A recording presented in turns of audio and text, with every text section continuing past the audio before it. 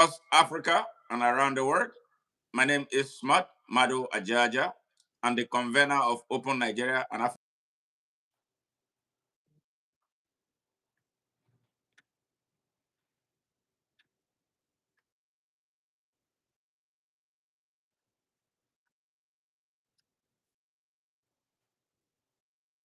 Stephen Osemwegie. Yes, yes. I know the last name is always tricky. Go ahead. Yes, yes. Hello?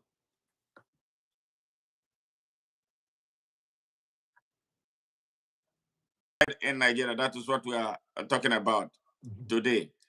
mhm. And um, and he is going to be doing justice to it because he is versed in it. He has been working between the United States Congress, between groups here, religious organizations here in the United States, and Nigeria, and in fact around the world. Mr. Yes. Sonige, welcome to ONN. Please tell us who you are. Thank you very much. Greetings, all viewers of ONN, and thank you, my brother Ajaja, for what you're doing. My name is Stephen Osemwegie. I'm from Edo State, Nigeria, living in Minnesota, United States. I am the president and founder of Save Nigeria Group USA. And the organization is a 501c3 nonprofit organization focused on the welfare and well-being of Nigerians in America and around the world, including, of course, our home, Nigeria. We are not a religious organization per se, but we believe in the fight for religious freedom for Nigerians at home and abroad. So, our conversations around this topic we are going to unpack today is for Nigerians who are in Nigeria, whether they be Christians, whether they be Muslims, they should be able to practice their faith in peace. I think we can all agree on that one. So, by way of introduction, I've done that. I'm the president and founder of Save Nigerian Group USA. Our organization is also have presence in Canada, in the UK, even as far as Australia and around the world. The point is, Nigerians of all stripes who want Nigeria to work. In order for us in diaspora to go home in peace and visit Nigeria, if you want to do business, we want a Nigeria that is secure for all Nigerians. So if the Nigerian government and even all those that are politicians wanted to even work with us, we will be glad because Nigeria has to work first before we can begin to be proud of our green passport or whatever passport we add to it. So our own focus is really on our name, Save Nigeria Group, and we are based here in the United States. Now, what inspired you to start this group? That's a very good one. In 2022, this group started in 2022. What inspired me was the chaotic leadership vacuum I saw in Nigeria. I personally believed that as Chino Achebe mentioned, that the trouble with Nigeria is fairly and squarely leadership. So I was in New York at the time. I lived most of my time in the United States in New York. I recently just came to Minnesota, which I'm also struggling. I'm going to be going to towards this season because the travel is much. But in 2022, when I started this, I looked at the fact that our problem was in at that time Buhari was in power and the country was in economically, security wise, and everything was going down the drain. So I said, let us save Nigeria. I was in a meeting with some Nigerians at the Bronx. We were also having dinner in an African restaurant. And I said, we cannot be in America when our country is going through what's going on. We need to come together to save Nigeria. Somebody said, hey, only you go save Nigeria. That was the question they asked me in 2022. And I said, no, only me no go save Nigeria, but all of us go do them. So that was the bet of this organization. We let us save Nigeria. So it was about galvanizing the diaspora who have escaped the challenges that our brothers and sisters are facing on a daily basis. At least we have light, we have road, we have relative security. We are a little bit well off more than most at home. I said we can come together and help save our country. That was the idea. But until recently, this last year, was when the issue of the Yalewata massacre that happened on June 13 in Nigeria, where 280 people were killed in one day. That's when I said, no, no. We are trying to save Nigeria, but we have to save Nigerians. That's how we now focus on this. We have to save Nigerians first before we save the country. People have to be alive before you save the land. So that's the story. Absolutely, absolutely. Okay, Yes. listeners from Nigeria, across Africa, here in the United States, and around the world. We just started a program. We've been listening to Mr. Osemwegie, the president of Save Nigeria Group. And I'm going to give you a little bit more than I gave at the beginning about this great patriotic young African and Nigerian. Yes, today is a great day. You know, we are talking about the genocide and featuring Mr. Stephen Osemwegie, the president of Save Nigeria USA, about Honorable Stephen Osemwegie in his own words. Honorable Stephen Osemwegie is the president and founder of Save Nigeria Group USA. He's a US-based human rights advocate, pro-democracy campaigner, faith-driven leader, and an entrepreneur. Honorable Osemwegie is a Nigerian human rights advocate, uh, pro-democracy campaigner, and a faith-driven leader based here in the United States of America. The Save Nigeria Group is a registered 501c Chapter 3 nonprofit organization. It's dedicated to advancing the welfare of Nigerians in the United States and Nigerians through education, healthcare access, human rights advocacy, religious freedom, and the promotion of democracy, equality, and good governance. Widely regarded as part of a new generation of principled Nigerian leaders, Stephen Osemwegie is known for his clarity of vision, moral conviction, and unwavering commitment to service. His leadership philosophy blends servant leadership, transformational leadership, and a public policy outlook rooted in the utilitarian ideal of the greatest good for the greatest number. He continues to inspire and reform youth engagement and civic participation through his vision, a new direction for Nigeria. So join us today. If you are from Nigeria right now, Nigerians in Nigeria, Nigerians everywhere on earth under the friends of Nigeria, join this conversation. And if you are, this is your first time joining us, we call on you to subscribe to our channel and then hit the notification button. A lot of great things happen here.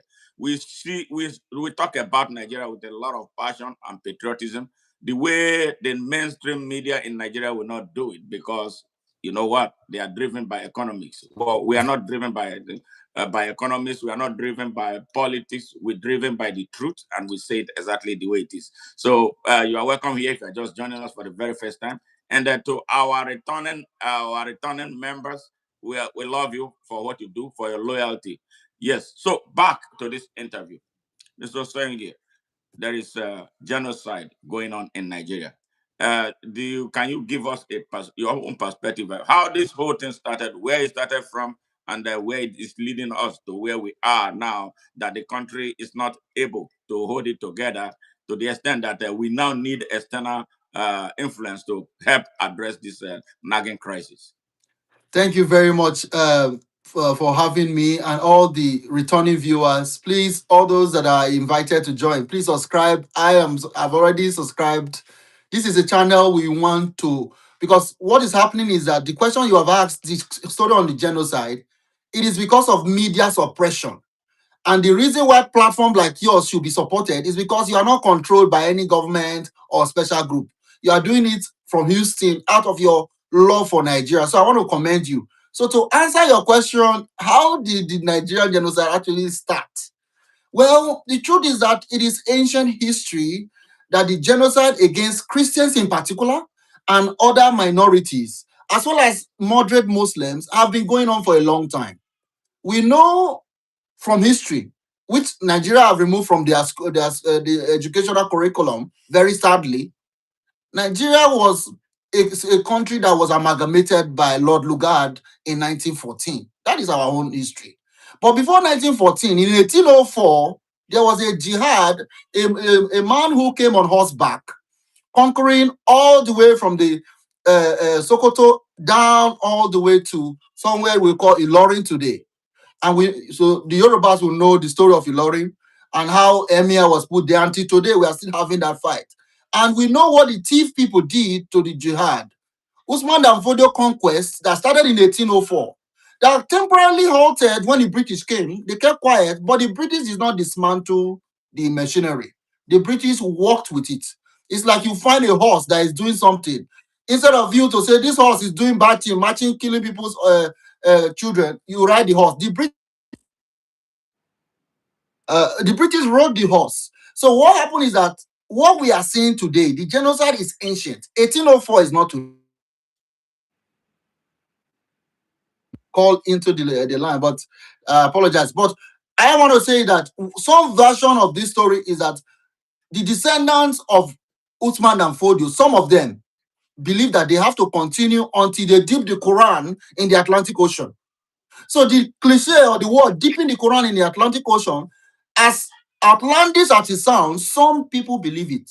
And some of these people have a lot of money. They have a lot of power.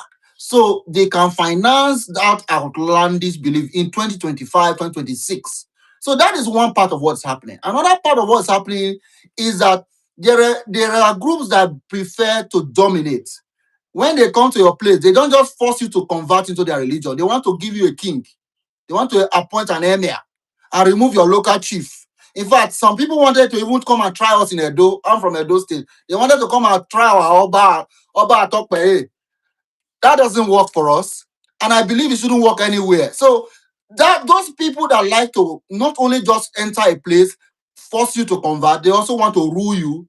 Those elements are on another side. Then there's also now the global jihad that Nigeria is not only the ones involved.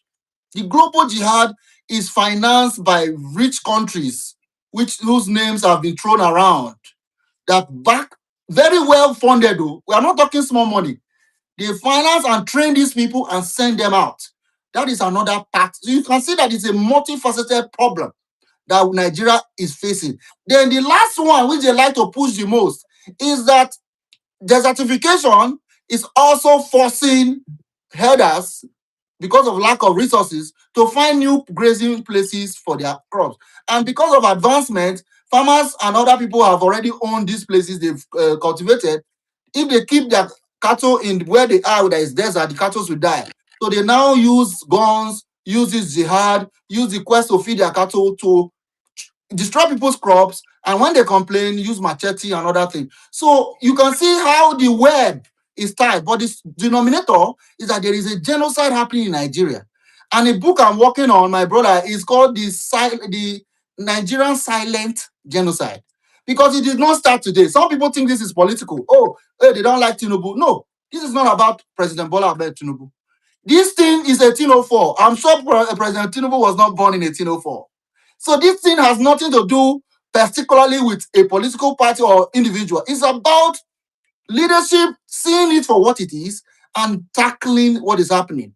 And on that front, I also want to say that I am beginning to notice, since the United States interest, some things have begun to change. For example, Minister Musa has now taken the reins, and we are getting reports that these terrorists are feeling the heat. So it is not all doom and gloom. There's some level of light beginning to show up in the tunnel. Perhaps it's because of the big searchlight of the United States. Our military is beginning to now interdict. For example, some people that have been kidnapped in Kogi State, church members were kidnapped for the longest. They were released yesterday. And I got news that the wife of Venerable Archie, who was kidnapped with his wife in Southern Kaduna after church, the bishop died in the kidnappers den. And these kidnappers are allegedly Fulani Islamic militia. They do kidnapping for ransom. The bishop was killed in the hand of the kidnapper after they paid ransom. His wife and daughter has been there for 2 months, but I just saw pictures yesterday that they've been released. However tragic, I'm glad that the wife and daughter are out from the kidnappers then. But this is just to say that the genocide in Nigeria is, nobody should deny it, is a targeted genocide to wipe out Christianity in Nigeria. It's not all of them that have this view, but that is the underacting view. It is really about jihad, spreading Islam through conquest, which Uthman Dan Fodio started. That is the base. However, I have mentioned some other reasons why it is not just only that. There is the power domination, there is the global terrorism going on, which is why we have Lakurawa affiliated with ISIS, Boko Haram, ISWAP. These are international organizations. So, you know, you have Chevron affiliated to America, Shell, UK. You have Citibank. These people are in the multinational companies as well, terror groups. Yeah, so I would like to continue to expand, but I don't know how you can Yeah, okay, continue to yeah. ask Don't me. worry. Yes. We're gonna. It's a structured interview, and Okay. hopefully we'll cover a lot of ground. And Thank you.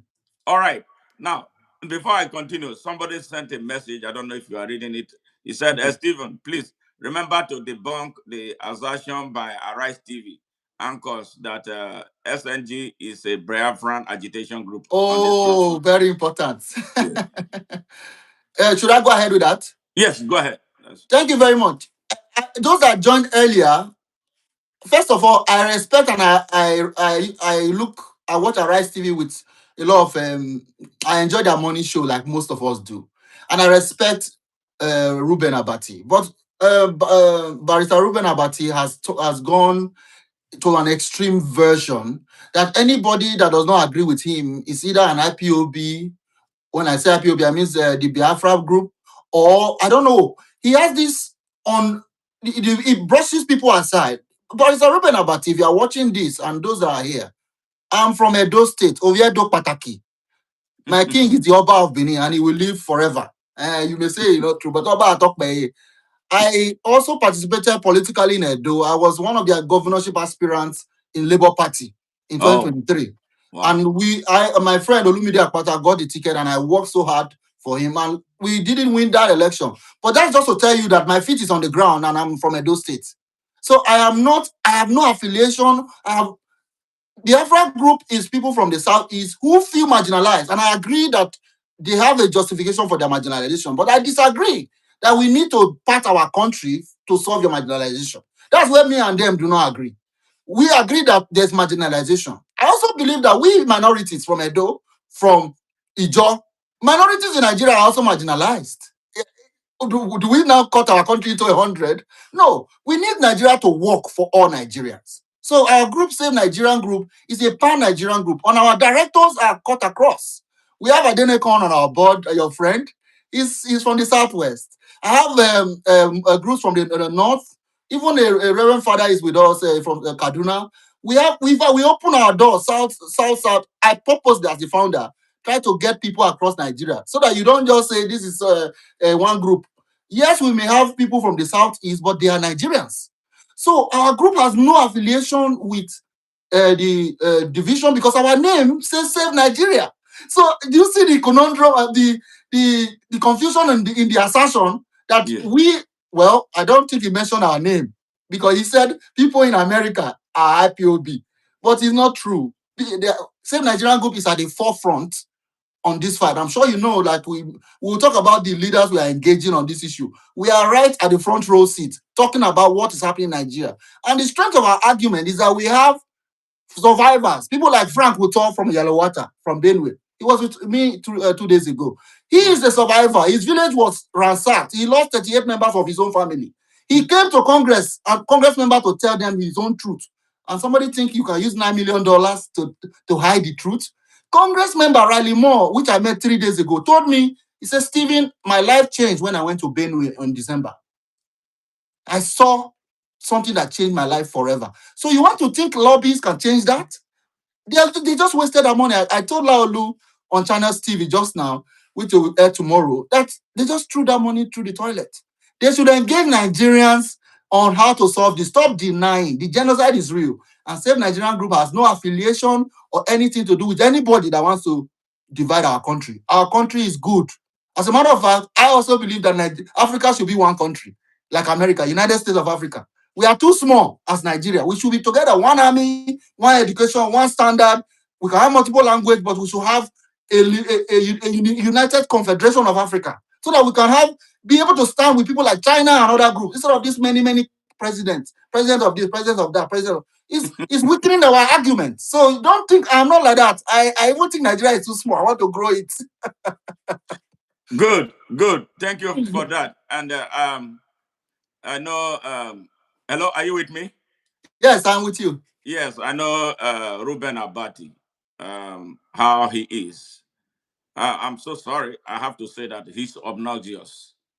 I've watched him. This is a young man who wrote to glory, and then he became something else once he started getting political connections. So Ruben Abati changed overnight. He supports all kinds of nonsense in Nigeria, but that is who he is, and that is why we exist, to be an alternative to the mainstream media in Nigeria. I've been their victim, so I know that's Oh. the mainstream media organization in Nigeria, or the mainstream Nigerian mainstream media in Nigeria. They will do. Brown They will, envelope mainstream. yeah, they will do. They will do. They will do two stories on one issue based on how much money they get. Yeah, they will write for and against the same story. Yes, with two Wow. characters. I know what I'm talking about. That's why I don't Wow. like them. I don't want to even have anything to do with them. Thank you for what you do. Somebody said to respond to your listeners, he said Charles and Ozodo of Prime Time Yeah. mentioned Save Nigerian Group as a Biafra group. If Yes. that is true, please, through the host, send him the link. I need to see it. We can file a lawsuit against Charles in Nigeria for defamation. Wow. So, because it's a serious issue, you cannot call me what I am not. I just told you I'm from Edo State. I was born and raised in Oredo. I went to ICC Ebenezer Primary School in GRA. I went to University of Nigeria. I lived in Nigeria until I moved to America. I married my first daughter was born in Nigeria. You cannot come and call Oviedo Pataki like me, the son of the Oba. We're not biological, but the Oba is our father. So when I say he's my father, I'm not going to quote me. I'm a royal. I'm royal by the fact that he's my king. And for me, Yeah. I honor him more than anybody. And so you to understand how we revere our Oba. So when you see an Edo person that is genuinely fighting for Nigeria to be better for all of us, and now you now tag me a secessionist group, I don't know what you want. Our website is there. Like, that's very sad that because I respect Charles too. Charles is supposed to be an intellectual. He grew up in the UK. His prime time is something I watch. And if he's slandering us, then that is sad. I don't know why he thinks that is the case. Is it a crime to say there is Christian genocide in Nigeria? Or is there no Christian genocide? That you now claim that this Biafra. Then no Ribadu is linked to the 9 million paying. So I will talk about that. But Let's talk mm, about that. Yeah, yes, to weigh in on this whole Biafra thing. There's nothing wrong with what the Biafrans are doing. They it is a are legitimate they are right exercising their right to self-determination. to And the right self-determination. to self-determination is a basic human right, Absolutely. recognized by the United Nations Charter and recognized by the African Charters of Human Rights. And it is enshrined in the Constitution of Nigeria. They are Exactly. suffering from intellectual drunkenness. That is why they can't read. They don't understand. All Yeah. these things that the people are fighting for make the country right, and then there'll be no more agitation. And Exactly. I don't. If you tell me, I support what the Biafrans are doing, as long as they are not killing people. Did you hear any of them going to occupy anybody's land with guns and start destroying They are not doing what the people's Fulani property? Islamist terrorists are doing. Yes. They are not. So those people who hold those assertions are stupid, my own Yeah. estimation, and I owe them no apologies. But let's Well, get back into this. And now yes. we are here. Prior to this time, the Nigerian security infrastructure um, has was unable to do anything. It was like, to be very candid, I am very close to the Nigerian army, yeah, from the periphery.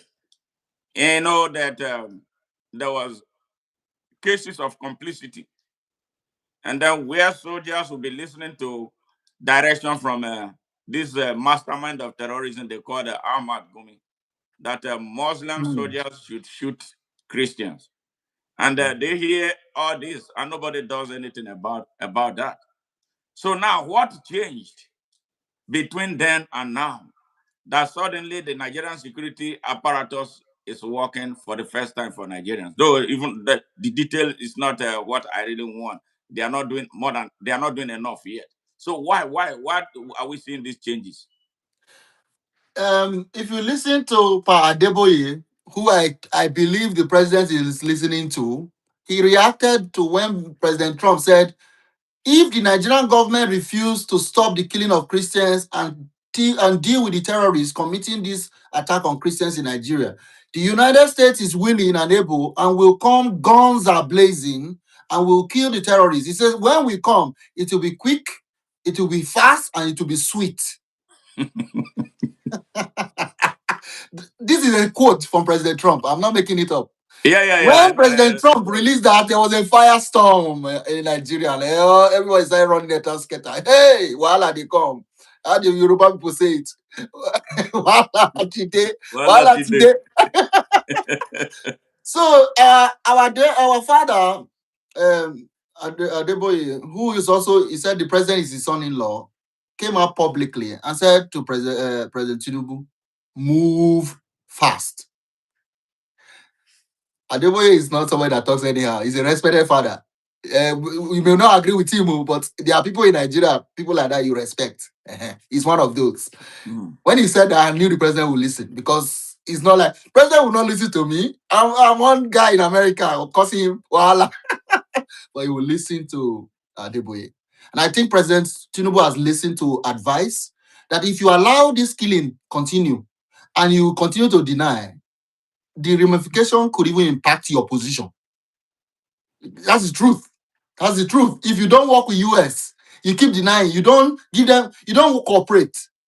One thing America and President Trump, which I will give you guys exclusive, is that President Trump has reached the end of the destination. He asked Riley Moore, our Congress member from West Virginia, to lead an investigation, working with the chairman of House Appropriations Committee, Tom Cole, to investigate and get back to him.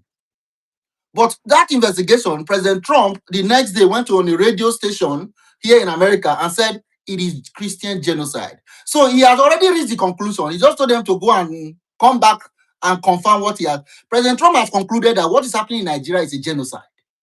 And he wants the Congressional Appropriation Committee to help him reach the conclusion he has already reached because he has seen the intelligence. You know, they have drones, satellite, real time. They see what is happening. And they've had testimonies at the African Subcommittee in Congress. They've had hearings. People like us, we are in their offices every day knocking. We are writing letters. I wrote to President Trump, Secretary Rubio. I was at their doors. We are meeting with them, like telling them what is happening. Like when they attacked on the 3rd of January, a market in Niger State, almost 60 people were killed. Many adopted. We went to state. I went to State Department. Say, look what's happening. Oh. So when I'm here telling them the truth, you are now denying, you are not helping yourself. So I believe what changed in the Nigerian military posture was President Trump looked at, not President Trump, President Bola Tinubu saw what is happening. I'm sure he's not an extremist. President Tinubu can be many things. I didn't vote for him, but he's our president. I believe he does not want Nigeria to become a terror-filled state because the terrorists also does not like the politicians. They may work with them because some of them in the north, like in Zamfara and others, Katsina, they give them allocation. I just heard 300 million in the budget in one of the northern states for terrorists. They call them their brothers.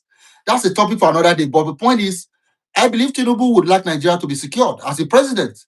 Whether I voted for him or not, he's our president. If Nigeria is better, it's better for me too. Because my own interest, like you, who is in Houston, is for Nigeria to work so that people will not be calling me every day for help. So that when I want to visit Nigeria, I can come with some of my Oibo friends and they will be safe. I can come and invest. That's what I want. I'm not looking for bread and God has helped some of us. So we want Nigeria to be safe for Nigerians at home and also us in the diaspora to be able to come back home freely. So President Tinubu's interest is also, I think, I might be wrong because some people will not agree with me, that he does not want this terror to... I'm going to disagree with you, but we'll talk about that. Yes, I don't think he wants the terrorists to wipe out Christians in Nigeria. I personally don't.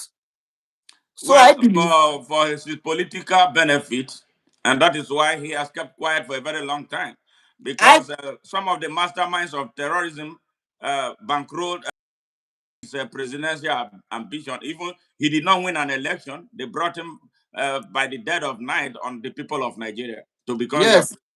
So we on the opposition side, like me, I supported Peter Obi, and I can tell you that that election, it was the worst that happened. Hopefully, we can change this in 2027. But I just wanted to say why the change in military posture is while I was laying that background. I believe that he heard the warnings from people like Adeboye and others. And also, they've come to US. Malam Nuhu Ribadu led a delegation to meet with Pete Hegseth and other leaders, including Riley Moore. He told me that your people came here and many of them were all denying. They should stop denying. That's what he was telling me. He said, Stephen, tell your leaders to stop denying. We know the truth. That's what because to the American, when you are lying to them to their face, it's actually insulting. So they are trying to say, we want to help you. We know you have a problem of jihadist terrorists. We want to help you. The President Trump and the United States are really trying to be nice. They're like, we see you have a problem. We want to help you. They don't believe that Nigerian government is really the jihadists. They don't. Some people will say Nigerian government is together with the jihadists, right? But the Americans do not believe that. And I think they may have their intelligence. I also don't think the president himself, maybe those around him are. I don't think he is that kind of extreme guy. He's a Yoruba mostly. I don't think he goes to mosque every 10. I don't think he's that extremist. My point is Yeah. that he gave an order and appointed a minister, Musa, and that man, the report I'm getting is good report. So I just hope we can continue to work with the US government in collaboration. Like in Christmas Day bombing, they work together. We want more of that. Let them bomb the terrorist location. Do not negotiate with terrorists. Gumi should not be negotiated with. Gumi should not have a job of being the prime minister of terrorists. No. So let me allow you. Okay, good. Thank you very much. Now, a little digression. You got your SNG registered in Nigeria, right? Let's say Nigerian group is not registered in Nigeria. Okay, all right, all right. Yeah. So I face the same thing because they refuse to register Open Nigeria in Nigeria. They refuse to The- register Save Nigeria group too. yeah, the reason they said that they are scared. That's just the truth because they want to keep the people of Nigeria in chains. Yes. Some guy put a torpedo on the registration. I just wanted to address that, and I'm very very happy that you confirmed it. They They the are same. scared. This Yes. status quo in Nigeria that we must break down is scared of the good of Nigeria. So why will someone who does not want the good of Nigeria be in position of authority? So what you are doing is a Jim Crow system that we must dismantle. And I think this is an opportunity to do so. Now, the next question. Hey, those who are joining us, please, if you are here, see how we grow and develop. Want to grow and develop together. Want to grow for the people of Nigeria. Again, I am not a politician. I don't need anything from politicians. We don't want anything from politicians.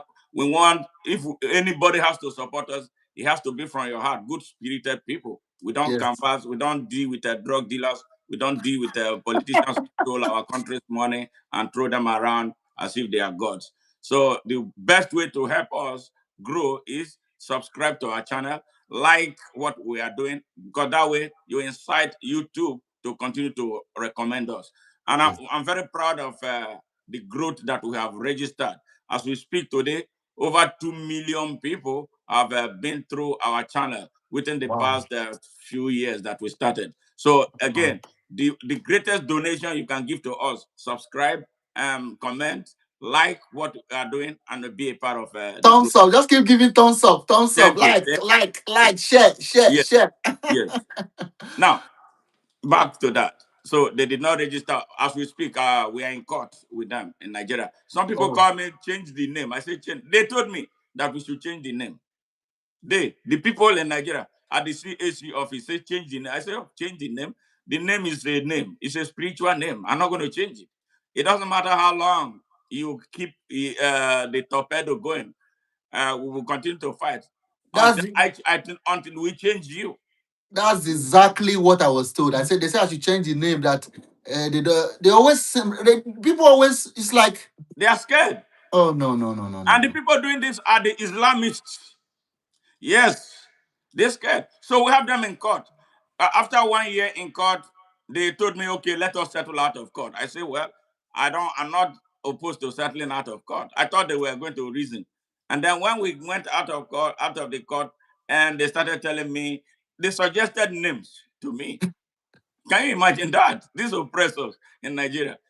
I said, no, now let's go back in court. So we went back in court, and in the last court appearance, their lawyer collapsed in the court. Yes. So that's where we are right now. There have not been any court days, but I am very optimistic that we will register upon Nigeria. So let me quickly speak to that, because what Yes, we're touching on is what many people do not know. yes, Nigeria is a controlled system. very, It's a very good. controlled. The government has people behind that control the government, controlling what is happening. So much so that they pick winners and losers.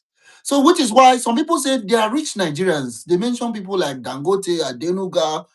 Nigerian government and those who control Nigeria chose those people. Those people cannot fight them.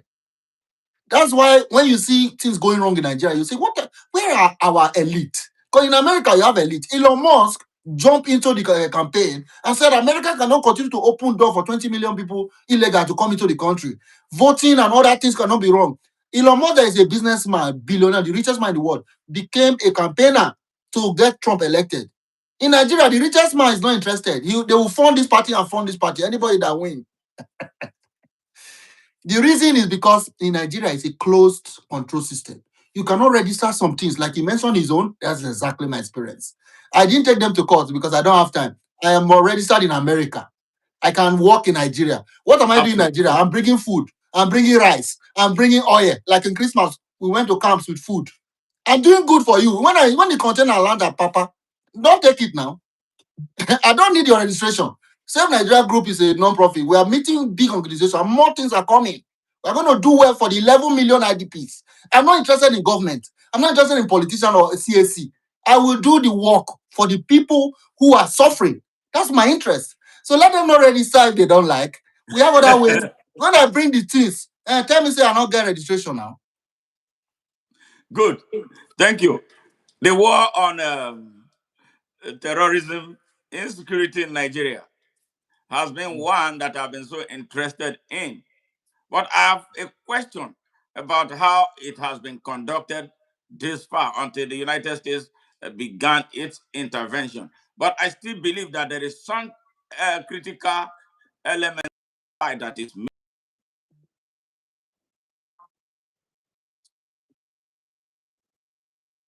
terrorists and terrorism in Nigeria. Why are we not? Don't you think that would be a quicker way of winning the battle? That is exactly why Save Nigeria Group is supporting Ted Cruz's bill in Congress. Because, in the United States, administrations change. Sometimes it's Republican, like it is now. Sometimes it's a Democrat. And they have different worldviews. But we are working to get Senate Bill S-2747, which calls for the sanctioning of terror sponsors in Nigeria. It's calling for the naming, the sanctioning, and the freezing of their assets globally using the Magnitsky Act. That means even if these terror sponsors do not have house in US, they will have house in Dubai. We want to take that thing. Even if so, because the idea is that you are right, there are people oiling this machine. There's a reason why these people. I don't know. People know that weapons are not cheap. A bullet is about $10 or so. It's not cheap for these people to be spraying like this every day. They get collection. Where did they get them?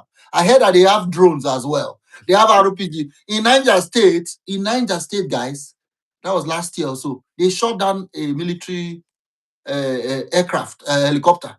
They were able to shoot. They have such sophistication. These people are not. They are well armed. We're dealing with a very formidable group. Some of them are trained in the Nigerian military, and they end up decamping like politicians into terror groups. I've heard rumors that after training, they just put their uniform and run and join the terrorists. So now they know the tactics. Some of them did not leave. They join. They are still in uniform. There are a But lot of them in uniform. mhm. There are so a lot of so them in uniform, even holding command and control positions in Nigerian armed forces. we heard about the late Brigadier General Uba Mhm. Sani or something like that. Yes. He was caught. He tried to escape and he radioed for help, and somebody lit his position. Somebody. Yes. Shegumi has also said that he got a call from Abuja that he's on a list and he started running. Who called him from Abuja? That person must be somebody that knows about intelligence, somebody high up enough to know what America is thinking. So you can see that our country really has a compromised security system. So Terribly compromised. so the United States is also aware. So they are not going to open themselves up. They can only work with us to some extent. So when Nigerians are telling them information, they cross-check and cross-reference with their own gatherings in the Sahel. They are also watching the terror groups across, not only Nigeria, because US has interest in stopping ISIS. They have a war against ISIS globally, which is why you notice the bombing was against ISIS affiliates, because they have they don't need the congressional war powers to attack ISIS anywhere. They can go today. So that's a political, I don't want to go into US thing, but that's one of the reasons. But I just wanted to say that the sponsors of the terrorists are known. In fact, there's a report that the UAE submitted a list to Nigeria under Buhari, that these people their friends have been arrested in the UAE. They are in Nigeria sponsoring terrorists, working with some of the people we arrested. Now take your own list, go and arrest your own people who are killing your people. Nigerian government say, thank you. They kept it in their back pocket under Buhari. Till today, one person on that list have not been arrested. That tells you how insincere Nigeria is. Now, one question. This terrorism, we have been dealing with it for a very long time now, and they have just gotten bigger and perhaps nearly bigger than the country, overwhelmed the country's security infrastructure. And one critical thing that I would, is I want you to, if you have an idea, how come the people doing this, the people behind this, and the people firing the shots, the people occupying villages across Nigeria, the people, killing Nigerians and sending the remnants to IDP camp, how come they are from one race, one group, the Fulani group? So what you have asked is something that I asked them in Congress on Wednesday. You were not there, but your spirit was there apparently. Yes. Somebody raised the issue. Dr. George Saw of Truth Nigeria, and Equipping the Persecuted, he's an American running the organization in Nigeria to help, particularly in the Middle Belt, stop the Christian genocide. And his conversation was that whilst President Trump and America went to bomb, as recommended by the Nigerian government, in Sokoto State, the real killings is happening in the Middle Belt. And the perpetrators, according to Truth Nigerian's own reports and Equipping the Persecuted, are Fulani Islamist militia. He calls them Fulani ethnic militia. Those were the term he used in Congress on Wednesday. So that's where your question is touching on. Why is it these people that are doing this? If I knew the answer, I'll probably rule the world. I do not know the answer to that question. But what I asked them in Congress was what I want to tell you now. I said, the Fulani tribe is a large tribe, relatively. No Ribadu is a Fulani man. Some people may not even know. Atiku Abubakar is a Fulani man. Late Buhari is a Fulani man. The Deputy Secretary General of the United Nations sent by Nigeria is a Fulani woman. Nigeria is a Fulani-run country, in case you do not know. It's not coincidence. They know how to get into leadership. The Nigeria structured that way. So the Fulani militia has to be separated from these normal leaders and other people, because we cannot say it is the Fulani. It's like people branding the Igbos or the Edos or the Yorubas. No, there is a group among the Fulanis called the militia. Some of them are members of the Meyeti Allah Cattle Breeders Association, MACBAN. And in Kwara, some of them were caught with weapons committing terrorist attack, and the weapons were linked to the NSA, Nu Ribadu's office. And some Nigerian group released a press release calling for the suspension of Malam Nu Ribadu for investigation. That if we had a Congress, a Senate, yes. Akpabio, the prayer distributor. If we had a Senate, sometimes I wish somebody like Rufai Hosseini was the Senate president of Nigeria. Just imagine a country like that. Sometimes imagine a Rufai as Senate president. And it's possible. There's nothing wrong with someone like Rufai being the Senate president of Nigeria. We must not be all people who are corrupt, who do not want things to change. They just continue to swallow. After you do 8 years as governor, looting your country dry, you go to Senate and retire there. This is not sustainable. You know what I just asked you? I'm sure the listeners are also thinking about it. What is wrong with someone like you as the House of Rep members of your area? Or even me?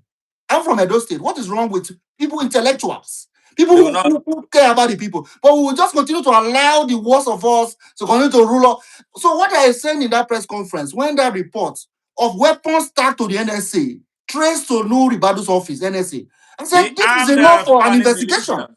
Yes. In America, you will have a hearing immediately. Oh, yes. But in Nigeria, nobody seems to talk about it. And I asked the question.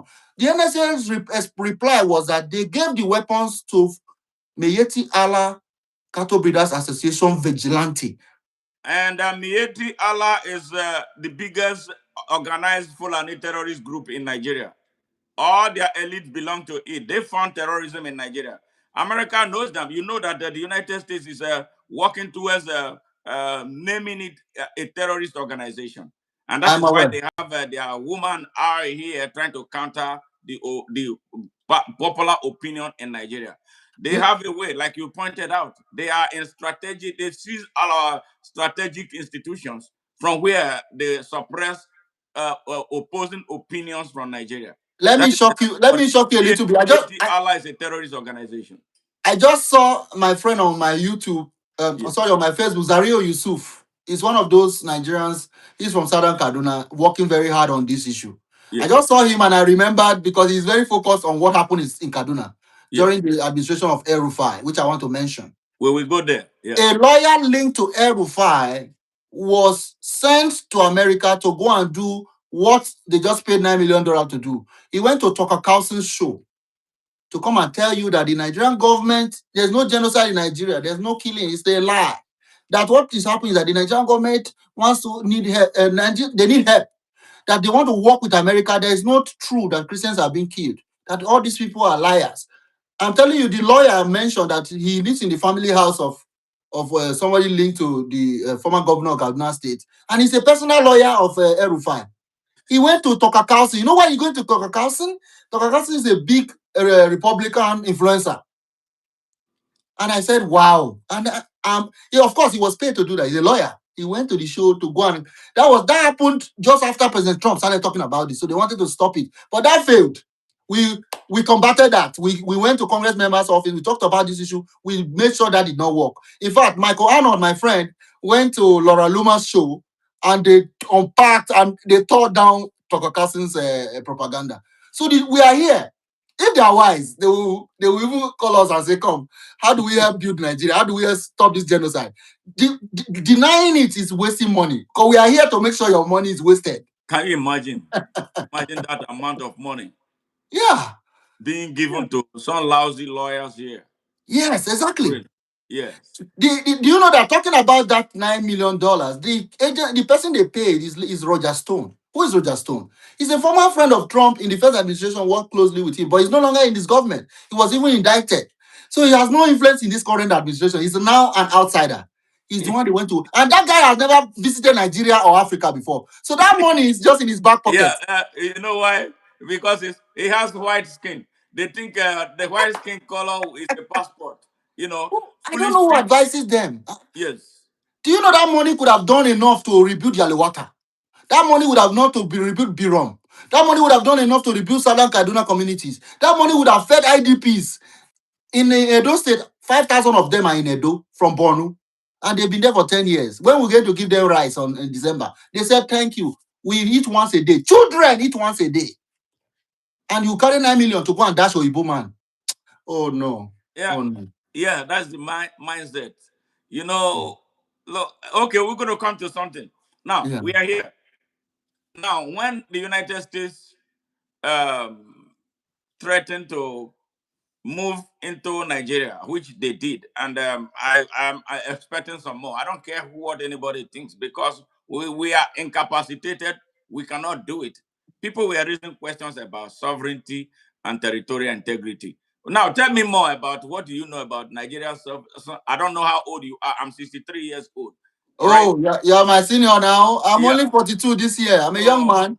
yeah, I saw the war, what they call war, that I know is genocide from the periphery of war. So I recollect. I don't know how I was given that gift of knowing graphically what happened.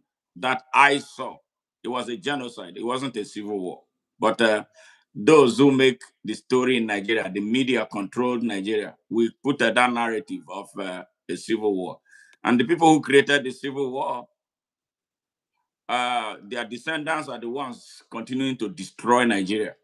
It's a Right. generational battle for them, like you pointed out, which I know. I was laughing when you said, if you want to understand the story of Nigeria, you have to go as far back as 1914 and even beyond. Immediately after the European conference in Berlin, all right, you begin to understand how they moved into Africa to create a spheres of interest and how they got into Nigeria. They have been around in the north for a very long time before they decided to do the amalgamation in Mm-hmm. 1914. So if you don't 1914. understand the history of Nigeria going back there and you just start picking from independence, you will never get anywhere with understanding what is taking place. What is taking place has been something that has been ongoing. They have a reason. But one good thing, before Madam Fodio died, he told them that a day like this was going to come when power will be taken away from them. And there was he made that prophecy that is a powerful system will come up in what will become Nigeria that will dislodge them. And this is where we are. And they don't like it. That is why they are shooting up our country. Now, going back to the question of territorial integrity and sovereignty, do you think Nigeria has ever had this territorial integrity or sovereignty? Quite frankly, So the territory called Nigeria was the amalgamation of the Southern and Northern Protectorate in 1914. And as a matter of fact, the name Nigeria was an afterthought from a girlfriend of Lord Lugard. Flora Shaw is her name. She probably had a cup of wine and was just dizzy and said, let's call this place Nigeria. That's the flag we're carrying up and down. So when we talk of Nigerians, some people were saying that US should not come to Nigeria because we are a sovereign country. I'm like, since when? Since when? Go and I, ask I Lakurawa. the Go and funny. ask. Go and ask Boko Haram about your sovereignty. Go and ask Meyeti Allah. Or okay, Meyeti Allah is an organization. So let me leave them. Go and ask the Fulani Islamist militia killing people in Benue, killing people in Plateau. Go and ask them about your integrity and we are like a father who cannot feed his children, and they go to the neighbor to eat, and the man is beating them. That's what we are like. We are not ashamed of ourselves as a country. We can't defend our people. Our people are being kidnapped. People are in kidnappers' den. People are being wiped out. Do you know that 125,000 Nigerians from Goza, Borno are in northern Cameroon? Hmm. On the United States refugee agencies, they give them once a month dry food, once a month. I just told you 125,000 Nigerians, your brother and my brother, they are from Borno. Many of them are 90-something% Christians. They are in northern Cameroon because in their country, they've been chased away by terrorists, Islamist terrorists. Nigerians do not know this. Some of you hearing this will be hearing for the first time. That your brothers, my brothers, our fellow Nigerians are in northern Cameroon in a camp for 10 years. They can't go back till today. That tells you what Nigeria does not know what the magnitude of this crisis is bigger. Just that people, because of their Rise TV and all this media that they control, they don't. If we have a media, we should be going to those camps to ask those people how they are faring. Our government should ensure that the terrorists are dislodged from Gaza and return those people back. Instead of the $9 million sending to Roger Stone, they should rebuild Gaza. So these 220,000 Nigerians can come back home. They don't So want I them. think They that don't want them to come back home. It's business. my brother, sometimes I get angry. Some people say, as a leader, don't be angry. When you see the truth and you see what the government is doing, it pisses you off sometimes. So, in terms of integrity, I hope I answered your question. Yes. Good. Territorial integrity, my foot. Yeah, you know what? The people they are talking about territorial integrity for, they have been coming into Nigeria to take whatever they want. Because I was in an aircraft sometime here going from Houston to Cleveland, Ohio, and the plane was just about to take off. I was talking to my wife that the plane was about to leave, and then the guy sitting next to me, a white guy, started laughing when I hung up the phone. He said, "Oh boy, what did they do for here?" White man. He speak pidgin to me. He said, "Oh boy, what did they do for here? I've been at 419, they do." I nearly slapped that guy. Wow. So the look I gave to him, I say, "You stink. Get the fuck out of my sight." you know. So now he realized and then started apologizing. Throughout the duration of the flight, he was telling me, I'm so sorry for what I told you. Then when we came out, he kept following me. He said, please, I won't feel good today if I don't, you don't forgive me or you don't tell me something that you have. So I told him, why did you make that kind of statement? Do you think every Nigerian is doing 419 here? I said, look, I gave him my business card here already. I say, yeah, this country. There's no state in the United except Hawaii and Alaska that I've never been to. But I'm going to complete them hopefully this year. Wow. Yes, Wow. yes. Yeah, well, I've yeah, I've been traveled. there. I've been to 40 states. I Yes, still have 10 to yes. go. I have two left. So the guy was so sorry. So he gave me his card. We started exchanging. He started calling me. I still talk to him. Now he told me how porous the Nigerian airspace is. That they come, take whatever they want in Nigeria and they get away with it. Somebody said I should ask you, Austin. He said, Steven, tell ONN presenter to synergize with Save Nigerian Group in quest to save Nigeria and freedom from religious persecution. So they're asking me to tell you to work with us closer so that we'll have this continuously because they don't want this to be a one-off. And I don't think so. Let me allow you based on their question. Because I'm the president of my association, you are also the leader of yours. So two presidents, let's agree here on life to work Ab- closely. Absolutely, absolutely. I've been working with Nigerians from all backgrounds. Once your vision aligns, anything that will help Nigeria advance is where I am. So I'm more than willing to work with you guys. That's fine. Yes, so I can promise you the media coverage. Anytime there is anything to talk about, just come here. You don't need yes, I don't need you don't need to be I don't need to be paid money. I don't need that exactly. direct. And we don't even have the money to pay. We don't have Yeah. $9 million. Yes. That's fine. So I'm with you guys, and I think that is why we are having this conversation. And Thank you. somebody sent a message. Say, please, Steve, make sure you let the world know that our vision and manifest goal is not just to stop genocide, but also to end bad government in Nigeria, vis-a-vis ensuring free and fair election. Now that raises a question. You were a part of a process. You were a governorship aspirant in 2019. I went to Nigeria to run for Senate, to represent Delta. No, I'm from Delta State, and I met a brick wall. In fact, they were calling me Americana. Yeah, that's how mischievous our people are. Even the people that I came to save, the people, this little, we call them E-rats, that they give money for data. They were calling me Americana. Go back to your country. Like, Imagine, making imagine that. me look like I'm not a Nigerian Imagine because that. Peter Nwoboshi told them so. Okowa told them so. Yes. Now, Mm. yeah. So at the end of the whole day, I came back. Um, in fact, if you ask me, that was the best experience I've. One, I ran the senatorial race on the platform of AAC to the end. I did not need money from any of them. They wanted me to come and bow down. I said no. I escaped 4 kidnap attempts. Wow. Yes. Yes, that's to tell you the level of threat. Because truly, I was the only one in that race. Even Ned Woko, who was battling with Peter Nwoboshi on the PDP side, called me. We had a conversation. I told Ned,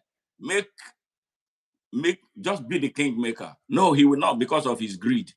He will not. Mm. I told him they are not going to give you this ticket in PDP. He was still hoping. See how foolish our people are, sadly, because we have to speak this truth. Right. Ned Nwoko made them vote for PDP, hoping that he will go to the court and take the position from Peter Nwoboshi. But what happened? They didn't. It didn't happen.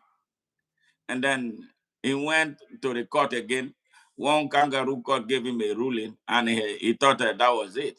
Now I came back into contention to say that none of these people were qualified to be what they are struggling for. So when they saw what was going on, that if I go to the court, I would win them, they came and quickly rallied together. They gave, hopefully, I believe they gave Ned Nwoko some money, big sum of money.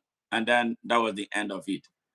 Our people today, I am telling you, are rooting for Okowa, who has been a local government chairman, who has been commissioner of different ministries, who has been a secretary to the Delta state government, who has been a senator and a two-term governor of Delta state, with a big question mark over misappropriation of the state's fund to the tune of 1.3 million, and plus a 150 billion that he allegedly used to purchase an Igbo red cap given to him by Atiku Abubakar to run as his vice presidential candidate.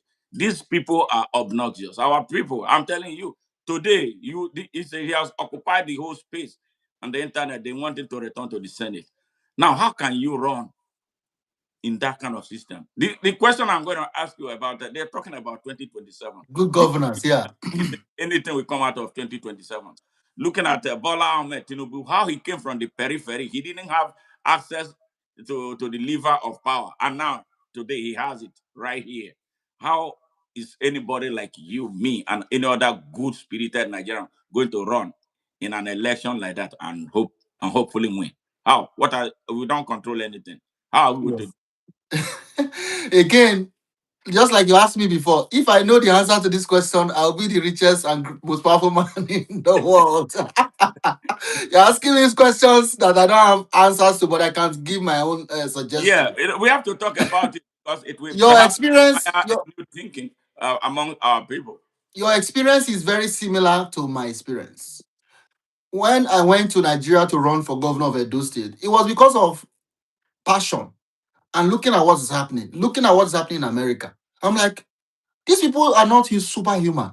When you go to the way they run their government, why don't we run a government that can give water, electricity, good road, school, that can secure our state? Like we have enough people, human beings that can be trained to do this thing. That's what led me to go. I said we need to go to a new direction in Edo. So when I got there, going from village to village and hearing people, what struck me the most, which is one of the reasons why we are now focusing on stopping this IDP perpetual in camps. I encountered IDPs in Edo and I didn't know they were there Hmm, during our in very close to Uniben main gate. They were really? the government gave them a bush. They built a camp. 5,000 of them, mostly women and children from Borno State and Adamawa. They are in Edo there. People don't know. People in Benin don't know that people from Borno are there. So they are hidden away, the IDPs. So one of my experience benefit from running for that office, which I will encourage Nigerians in the diaspora. Don't be discouraged.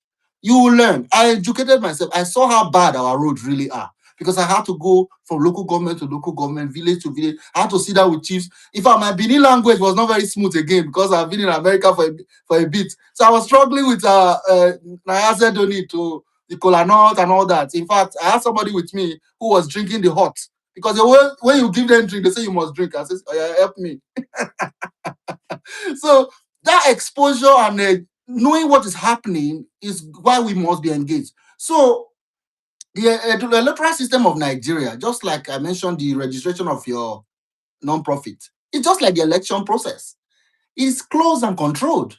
In 2023, I supported Peter Obi because I believed the man had what Nigeria needed at that time. Yeah. And I still do that. I still believe that he does. But a lot of dynamics have changed. I am no longer in Labour Party. I've resigned. I am also not in ADC. I'm no longer doing party politics because I am running a non-profit. You know, when you're running a non-profit organization, engaging US government, I could be going to the White House in a short time, a while from now. I can't be dealing with President Trump, congressional members, the State Department, and be doing politics. You understand that? I Hmm. am actually away from it now. So I would say 2027, our organization, if you notice when you were reading my profile, I'm a democracy advocate. So we want to monitor the elections. That's something we can do. The Save Nigerian group will try to expose rigging and malpractices, such as what happened in Lagos, particularly in the gubernatorial election between Sanwo-Olu and Gbadebo Rhodes. It was pogrom. It was massacre of people that wanted to vote GROV. I was holding the Twitter spaces at the time, and I had over 10,000 people live, and many people were telling us, they beat me, they say I'm Igbo. They say I'm this, I should not go. Omo just because you want to vote against vote for GRU. So a lot of things were wrong. What we can do, according to my friend Michael Arnold, mayor from Texas, who is also focused on Nigeria, he said darkness does not exist. It is the absence of light. So we need to shine the light, which is what ONN is doing. I want to thank you. We need to shine the light. That is the best bet. And also, my dear brother, Nigerians in Nigeria need to wake up. You can't say you are 230 million strong and somebody rigs your election and you sit down, you are watching. Are you better than the people that are taking over their country in Venezuela, in Iran, in other places? Why are Nigerians okay sitting down? You know, election in America, you saw January 6th during when Trump people thought it was rigged. They went to the Congress. But Nigeria will tell you, oh, they will kill us. But you are dying. Boko Haram is killing you. Hunger is killing you. Insecurity is killing you. As a matter of fact, Chimamanda, her picture is in my daughter's room. My first daughter, Chimamanda is a role model because she reads her books. Yes. Chimamanda lost her son. Yes. Because of bad governance. Do you know that Chimamanda is among the elite in the whole world? It's not just Nigeria. She's an elite in the whole world. She lost her son to Nigeria. Nigeria happened to her. So we must get Nigeria to work. We cannot think you have money. You cannot, like when I go to Nigeria now, I'll go with security and all that. But you're still not safe. Because at the end of the day, you're only doing temporal mixing. In America, you see people move freely. You don't need a convoy. You don't need to have personal security. You don't need your Congress. You can call. I can call 911 now. In fact, if you make me verse now, I'll call 911 for. I'll say I'm in trouble. They'll come now. That's what Nigeria should have for all, not individual. People want to do convoy like all these Nigerian musicians. They'll carry G-Wagon, fake life. Whereas somebody, Chimamanda's daughter or son was overdosed and the child died. My heart goes out to Chimamanda Ngozi Adichie's family and others. It is sad. And then the other young man who came with his friend, the boxer, who came with his friends. Anthony Joshua. Anthony Joshua almost died. Yes. After winning a big fight, making millions of dollars. Nigeria almost took his life. Yes. And they put him in front of a car, no ambulance, in front of a police car. It like this. Yes. That's the reality of Nigeria. You know, Nigeria can lie. You can use $9 million to lie abroad. The reality is we wake you up. The ordinary Nigerian think that is okay, that is right. I don't know what's wrong with them. When we tell them this, they think that we are acting a movie and all that. They will even tell you that you are envious of a criminal who, though, has stolen money, but does not have the access to what you have here. You don't struggle with water here. You don't struggle with going to buy petrol every night to power your generator. You don't struggle with a pothole on bad roads. You don't struggle with going to the hospital, whether you have money or not, at least for temporary measure. You don't struggle with that. And then these guys will come and make you look like you are an idiot. You know, sometimes I remind people, I have a son. My son, Stephen, is 7 years. Yes. He has never seen light off. He doesn't know that it's possible for NEPA to take light. You know why? He has not visited Nigeria. He was born here. So the fact that Nigerians are okay with it, because they probably don't know better. But there's something else, my brother. We allow tribalism. We allow religious differences to divide us. The truth is that this elite, they don't care about tribe. They don't care about religion. They work together to keep the majority of Nigeria down. Do you know that somebody just mentioned here while we were talking earlier that I should please appeal to the US not to ban Nigeria Christians from visa ban? I'm sure maybe later we'll touch on it. Yes, but the truth is that do you know that Nigeria can work enough that no country would even be needing to ban us? Can you ban the Chinese today? No. Can you ban the UAE people? Can you ban the Saudi people?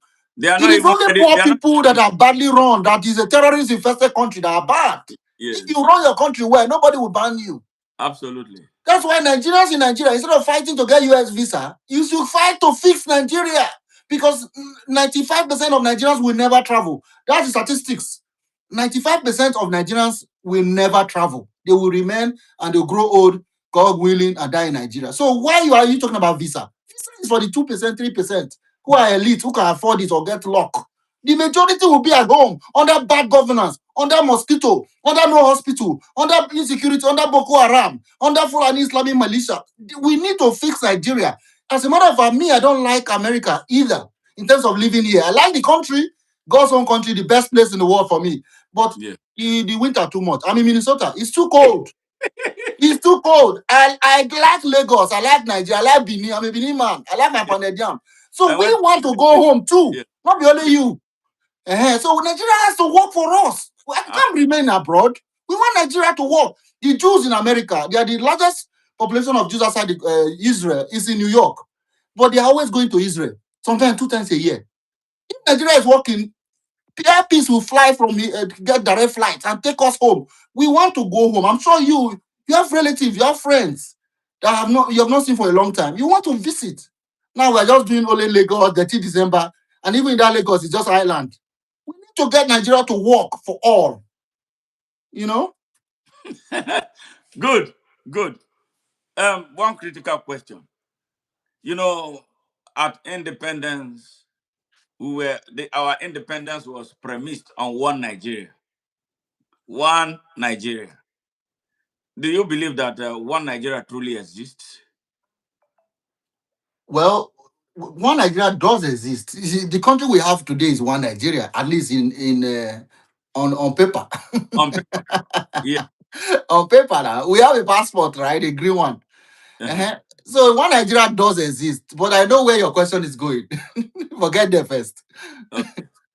All right. Now we go back to this um, political parties in Nigeria. You know, everybody talks about electoral reform, but not nobody talks about the reforming or the reformation of the political parties. Do you agree that the greatest fraud, where good leaders are disenfranchised before they get to anywhere, takes place in the political parties? I was a member of Labour Party, and our chairman Abure and others had this torso here and there. So I saw internal what you are alluding to. The Nigerian political parties do not even have democracy inside.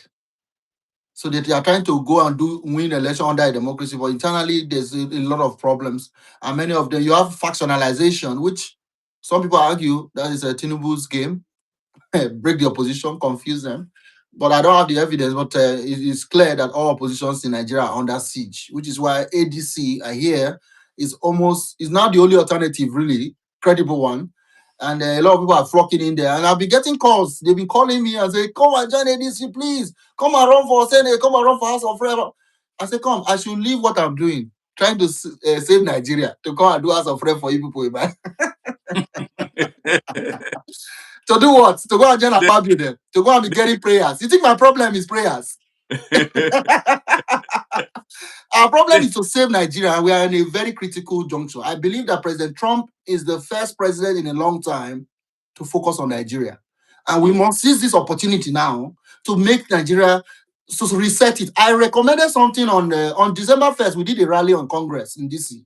And my speech that day recommended that we should go back to regional government. That was the constitution of 1963 that we agreed upon. That what we have now, the 1999 constitution begins with a lie. It says, we the people. I was not there. You were not there. Who are the people?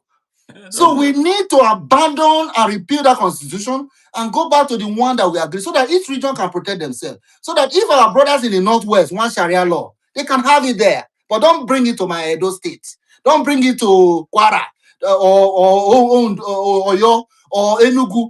Keep your stuff where you are. No problem. We go to Saudi Arabia. We go to Dubai. We respect them. But don't force me in my own area to convert and impose on me. For example, in Yobe State, they have declared in January 1st, 2026, woman and man cannot talk to each other publicly in a country that has a constitution. So that is why I told you on paper, we have a country. All right. All right, brother Steve. Thank you very much. Listeners, we've been talking with Steve Osemwegie, the president of Save Nigeria Group here in the United States. And he's been doing such a wonderful, wonderful job. And it was a great friend, too, who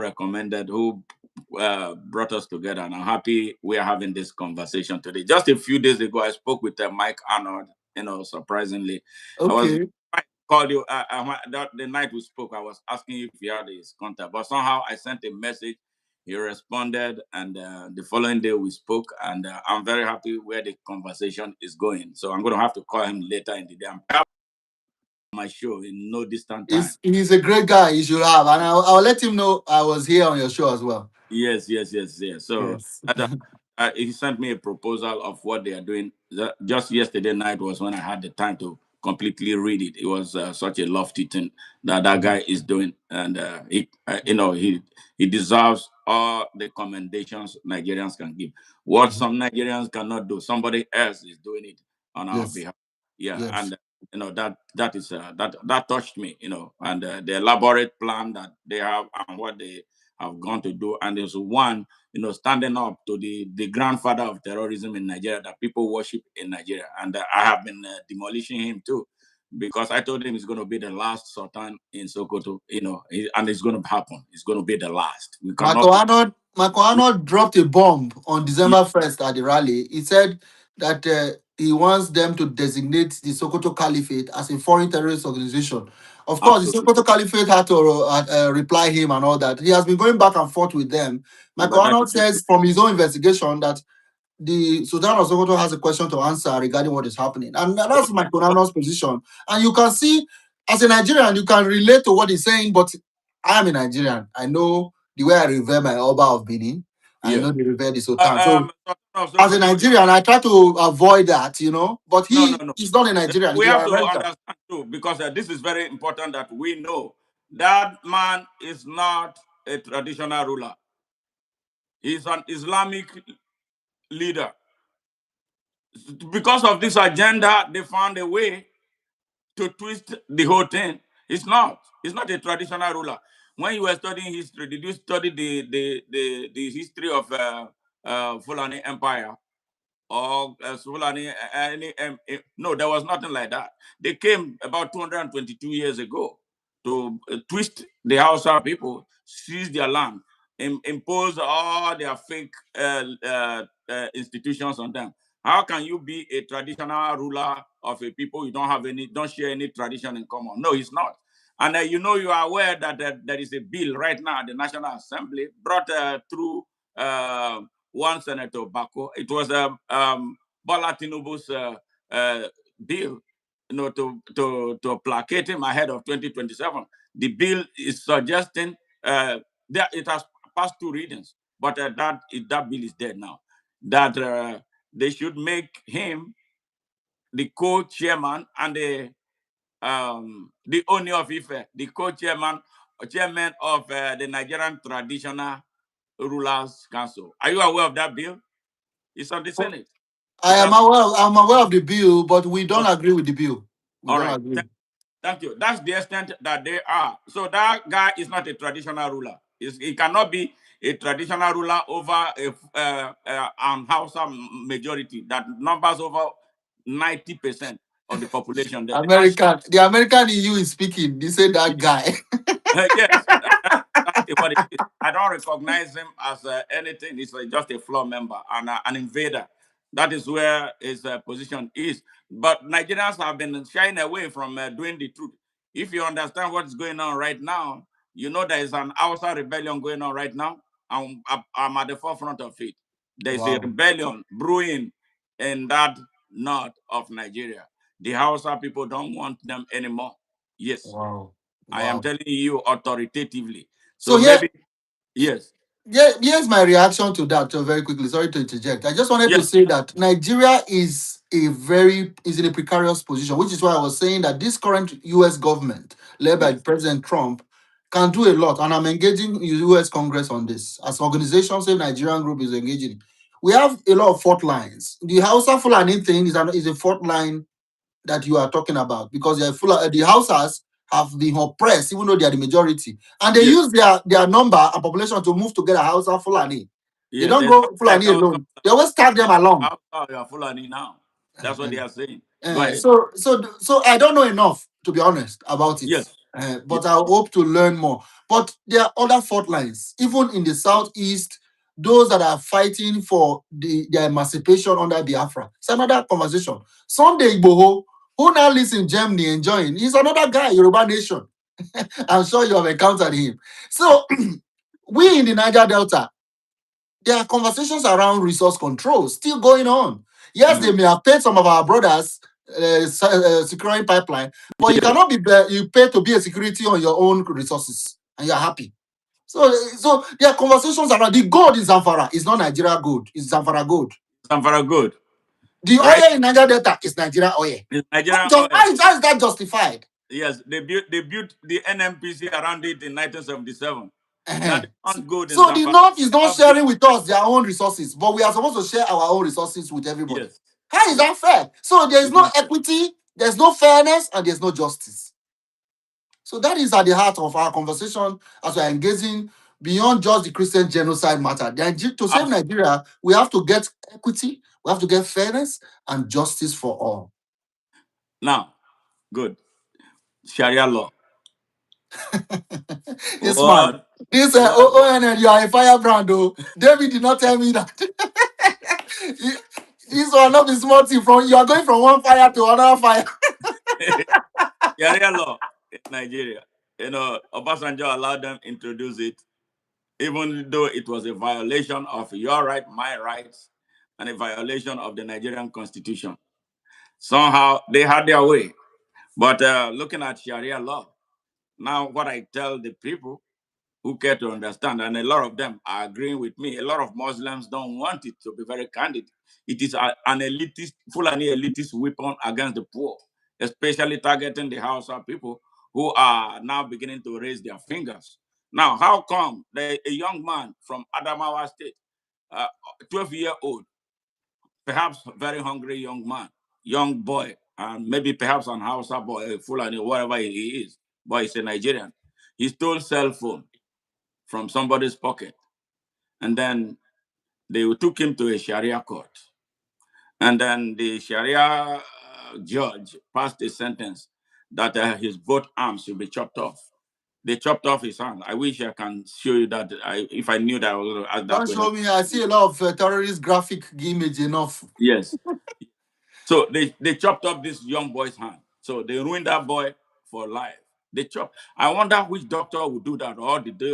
Was it somebody took him to an abattoir to cut him off? They chopped off his hand.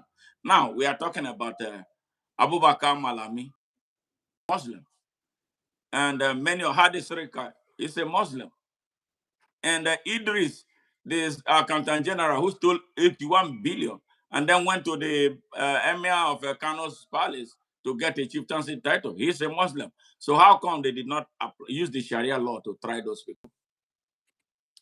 So on the Sharia law, I understand that Sharia is a part of Islamic practice. I am a Christian. I was born and raised in the Assemblies of God Church in Yes, Benin. So I'm yes, a Pentecostal Christian, and in America, I attend the evangelical church in America. So yes, I am not a Muslim. So take what I say. I may not be 100% correct from my research. Sharia is a practice of Islam. mhm, The law itself is supposed to help them live their holy life. It's not supposed to be a secular law where you enforce and arrest people. But in yes, Nigeria, they are doing this. They even have a police called Hisba Police. I yes. see them doing a lot of atrocities, a lot Keep of violation of people's rights. They carry people's business drinks and and then destroy the destroy. kind of economic loss Nigeria is suffering because of those Hisba. And they celebrate it. That's a conversation for another day. But I believe that Sharia should not be a state law. Nigeria should have one law, one constitution, not state by state having their own laws. I don't agree with it. The reason is that, for example, what you just said, someone who is a Christian allegedly committed a crime, now his hands are chopped off. I saw a video that went viral of a Christian in Abuja who had a dispute in the store and they took him to Sharia court. He said, I'm a Christian. Why did the Sharia come to. So I thought you people said, and that was Abuja FCT. FCT. So they want to bring the same Sharia law into FCT and spread it across Nigeria. That's another part of the genocide and jihad. Yes, yes, So my conversation around the Sharia is that the Muslims should practice their own Sharia, but don't force it on. Even though you say, for example, Kano practices Sharia law, Kano state should not be practicing the Sharia. There should be Muslims in Kano practicing Sharia for themselves, not a state policy. to Yes. enforce on people who are not in that religion. Then we don't have freedom of religion, which is why Yeah, we engage. it makes my work as an activist most difficult because as an activist, you do not have boundaries when violations of human rights is involved. Now, okay, if I see a young man, is a Nigerian, like that young man whose hands was chopped off, I know that it was a violation of his right. Also, I can keep quiet because he's a Muslim and I am something else. But you see, wrong has been done on him. Yeah, that is And I forgot to touch on what you are touched on, the elites that are not subjected to this same brutal law. yes, It is the double-sidedness of what is going on in Nigeria. Man, absolutely. these people steal billions and they are celebrated. They are honored. In fact, do you know that some of them that are even in detention in EFCT are like in a hotel with food service, room service. That's what they call detention. People who steal billions. In fact, somebody said the more you steal, the more they give you, the honor. They'll put you in Transcorp Hilton as your detention. That's the reality of Nigeria. Whereas a small person that steals a phone, which is bad, but you shouldn't lose your hand for stealing a phone, for crying out loud. You shouldn't. Well, that's barbarism. It's barbaric. We shouldn't Okay. in 2025 be chopping people's hand off. I don't even support chopping the big man's hand off. I don't support it. Well, since they steal the real money, they should be chopped off. Then No, that no, law should no. be applied to them. So that's where the hypocrisy comes in. Yes, Yeah. terrible hypocrisy. Now, the question here, the follow-up question. Now, all these things are happening. We have legislators from other parts of the country. They are in that National Assembly with these brigands who try to force these ways on us, and they don't do anything. I'm sure you have a senator or senators from Edo State, like we have from my own state and every other state. I don't believe in the idea of North and South, but sometimes, I'm forced now to say it because the idea of regionalism is more emphatic in the North. But who does it benefit? So when you hear Northernization, Northern, you are talking about the Fulanis. It's not any other thing. They are the ones who drive it, drive the nail into the people's head. Yes, do have no business being it. If you look at them, Like the middle belters who are not, they only use them for election.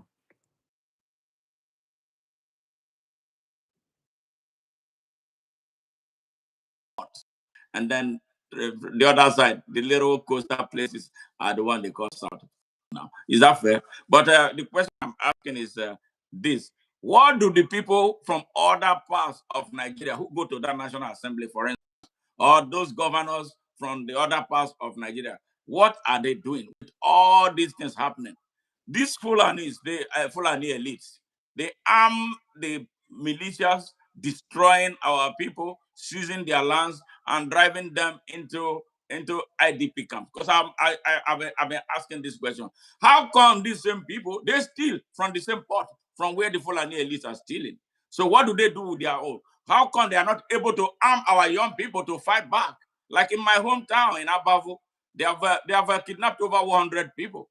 Fulanis did that, and then out of the 100 they kidnapped, over 10 people died. The one that really wrenched my head was two. One of my friends was murdered in his farm. They did not just murder him; they beheaded him. And then another one was a case of a couple who were kidnapped on their way to their farm. The woman was pregnant. While in captivity, she fell into labor and had a baby. Guess what happened to her baby? They fed the baby to their dogs. And then Mm, this woman watched her baby being eaten by a dog, and she died too. mm. So what are the people, the ones who force themselves? They are our representatives. So how come they cannot arm our own youths to fight back? Because that's the audacity these people are having. The audacity they're having is that nobody is fighting back. And they have made our people so weak and so lazy, like they cannot fight. Self-defense is a universal doctrine. So how come Yes. we're able to apply self-defense in Nigeria? Our my respected elder brother, Uncle Dele Farotimi, he said that his friend was the leader of Amotekun, retired general. Mm. That the Buhari government refused to allow them have AK-47 automatic rifle and military training. That the general was weeping.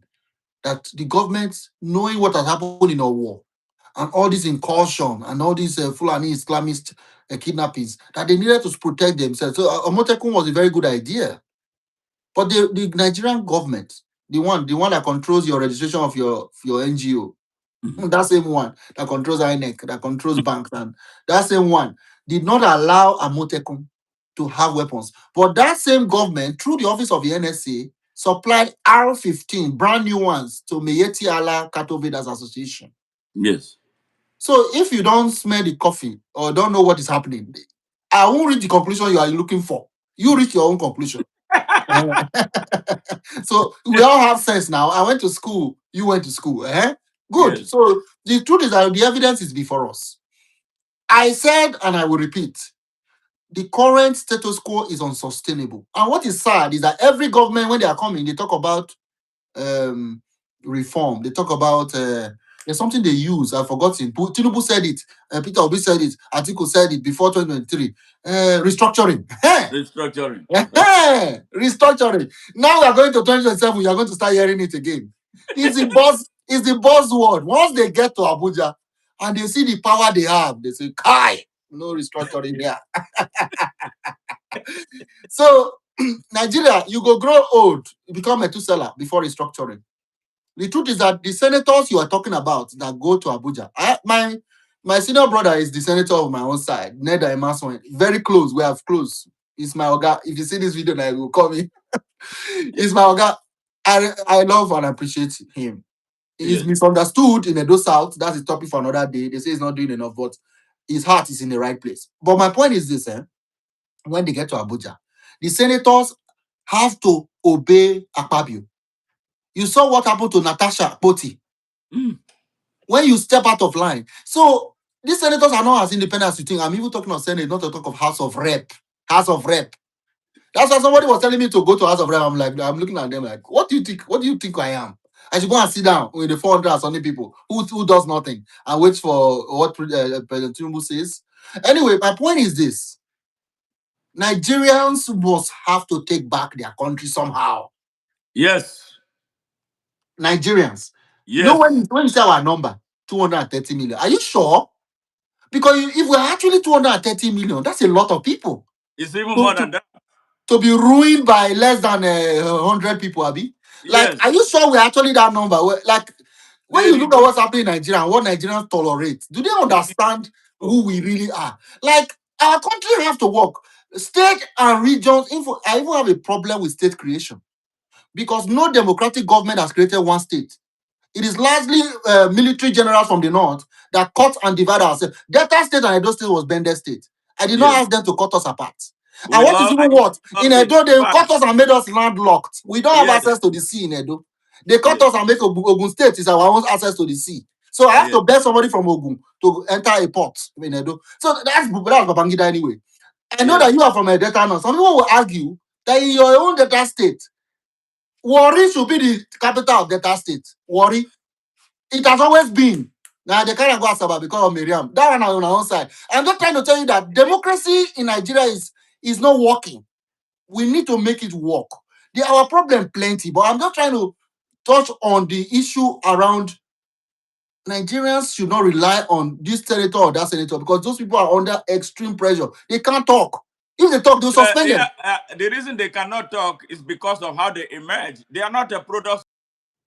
So you can't put me in that Senate and expect me to be a boy to Bola. I started my senatorial run with APC. I was the front runner. Actually, APC was made popular by me in Delta State. When we started, oh, they were threatening to kill my brother. You brought a terrorist party to our place. Yeah, that was then. Then I discovered along the line, once I indicated my intention to run for Senate, that was where my problem started. Before then, everything was going good. All right. I went to Oshomole in Abuja. At that time, he was the chairman, that corrupt man. I went there. Uh, it's for my state now. It's our leader. yeah, I know. It's my I know. leader. I know. So when I went there, he told me to come back by 3, as if he knew what I was going to do. And but when I came by 3, he was gone.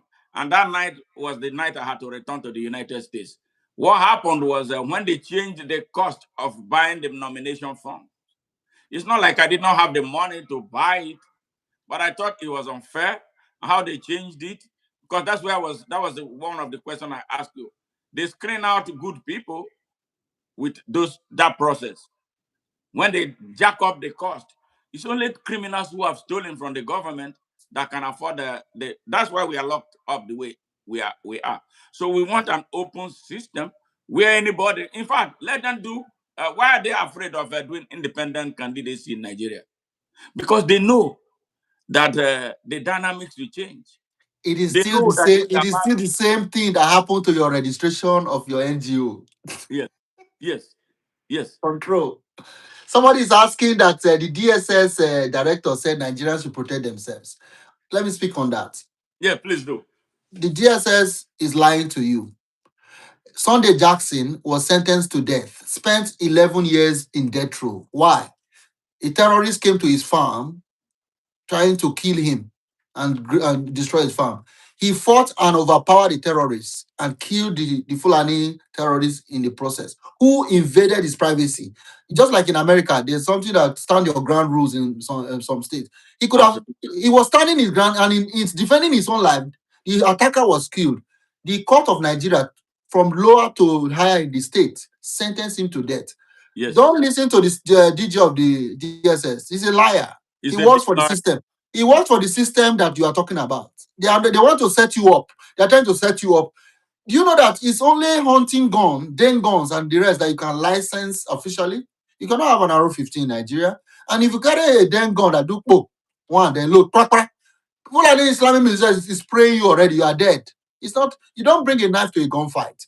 The right of the bear arms in America is a Second Amendment right. Yes. Nigeria, I've recommended that in the past. Some people say, oh, Nigeria will kill themselves. Then we should not Yeah. be a country. If we hate each other that much, why do you want to be a country if you actually hate each other that much? That you Yes. just get gone and start killing yourself. And start killing everybody So without a we problem. want a country where people hate each other, but they must stay together. We want a country where people cannot stand each other, but they must, because Flora Shaw and Lugard said something. We have to be honest with ourselves. People should be able to defend themselves. And at a minimum, right now, what we can quickly do is state police. The police in those states are usually from the north, commissioner of police, inspector general, or if you go to our zone 5, I don't have a problem with people from any part of country. But Yes. in America where I live, NYPD cannot be somebody from Missouri. No. Missouri PD is this for Missouri people. Yes. Minnesota, where I live, you have even city police. Minneapolis has a police. St. Paul's has a police. I think. City by city. But Yes. in Nigeria, I think. somebody from Sokoto will come and be the chief for police in Cross River State. He doesn't know Yes. anything about Cross River. He doesn't know No. the language. He doesn't know the difference between the people. What their background is. He's from Sokoto, but he has been appointed from Abuja to be the chief of police. Are we okay? We are not okay. Seriously, we are not. We are not. So at a minimum, we Yes. need state police. We need regional government to even have a defense against some people who want to slaughter us for being Christians. We need to have a defense, not just police, actual defense with Air Force, with Navy, so that you can protect that your region first. Otherwise, we are joking. If we are not ready to do that, we are joking. Then we can come to and do election every 7 years. These 2027 elections are already written. That's my opinion. It has All right, my already brother. it has already been written. So you can go and run around. You know, if you are running in circles, it looks as if you are making progress, but you are not making any progress. Bottom line. INEC has not been reformed. Judiciary has not been reformed. And after seeing 2023, you want to go and I don't like. I'm a non-profit. I'm not joining you people. I will see you people later. Let me focus on helping people that need help. Because anybody that is doing the same thing and expecting a different result does not need help. I want to help IDPs. I want to help people that are being killed in all these villages. Those people need help. You that is running around, going to campaign, running around when you have not resolved INEC. You have not resolved the judiciary. You have not resolved your own, a lot of things. You want to go and do election. Election that the result is waiting for the date. Yeah, somebody said something. Yeah, perhaps would love you to address that. He said, can't Nigerian tribes separate?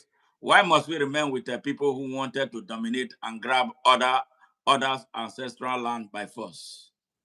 That's a very good question. And that's the argument of those who advocate for the Biafra and IPOB separation, Yoruba nation, and others.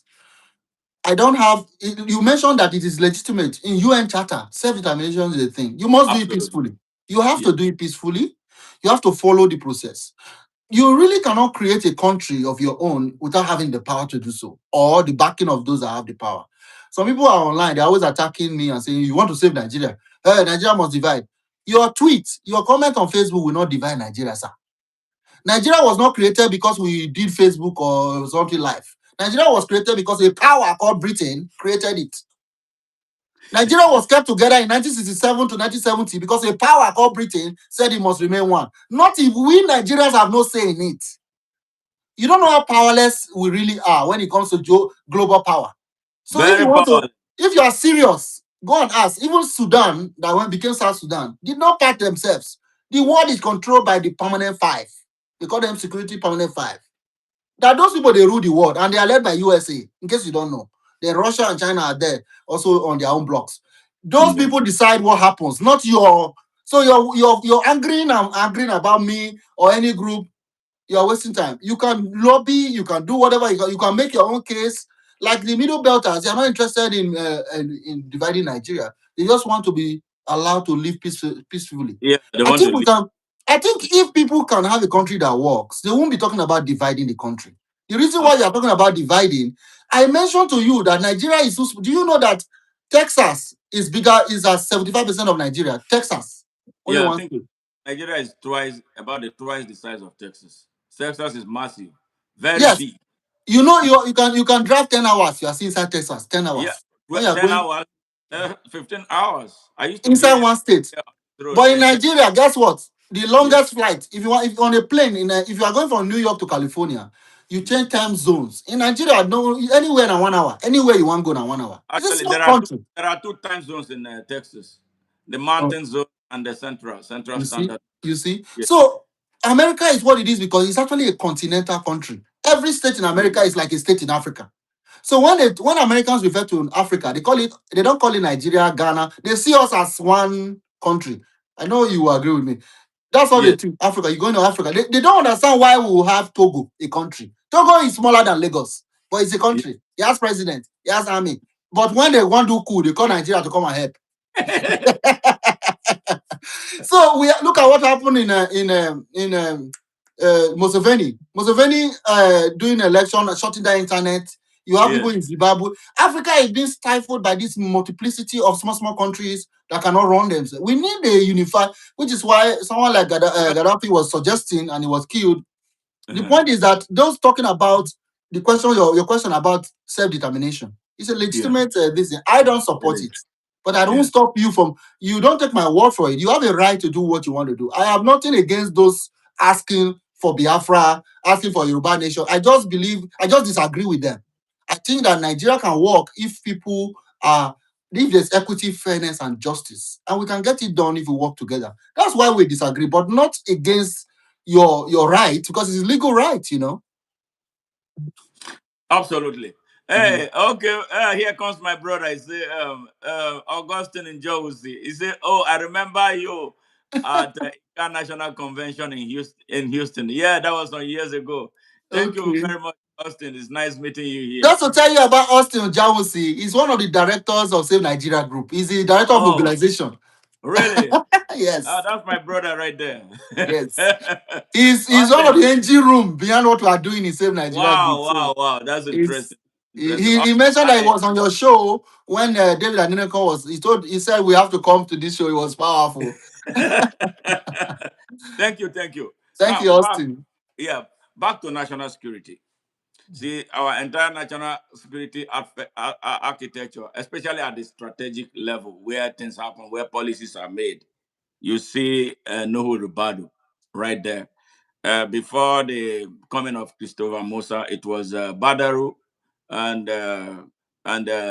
Bello Matawale. Bello Matawale has a very bad reputation as two-term governor of Zamfara State, during which time he was funding Boko terrorists, bandits they call them, and he actually quartered them. According to the new governor, the current governor, he came out. The current governor, I think, is a good guy. He came out to say that Bello Matawale not only funded them, he gave them a place in the Zamfara State House where the Wow. leaders of banditry were cohabiting with the state. He bought them operational vehicles. Wow. Yes, I am quoting him. He cannot. So now the question now raises: if we say Bola Ahmed Tinubu is not my president, I never recognize him, and he will never be. I will never accord him any respect as the president of Nigeria because one, he did not win an election. He took advantage of the weakness of the Nigerian people, to ride on them, backed by these terrorists. He was a product of terrorists and bandits, so he cannot. In my right conscience, I will never call him president. But this is my opinion.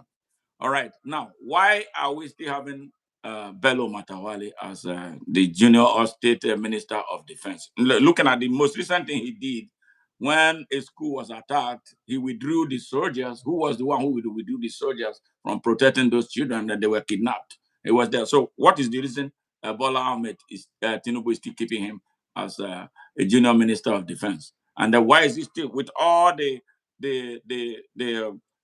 things linked to Nuhu Rubadu? What is it?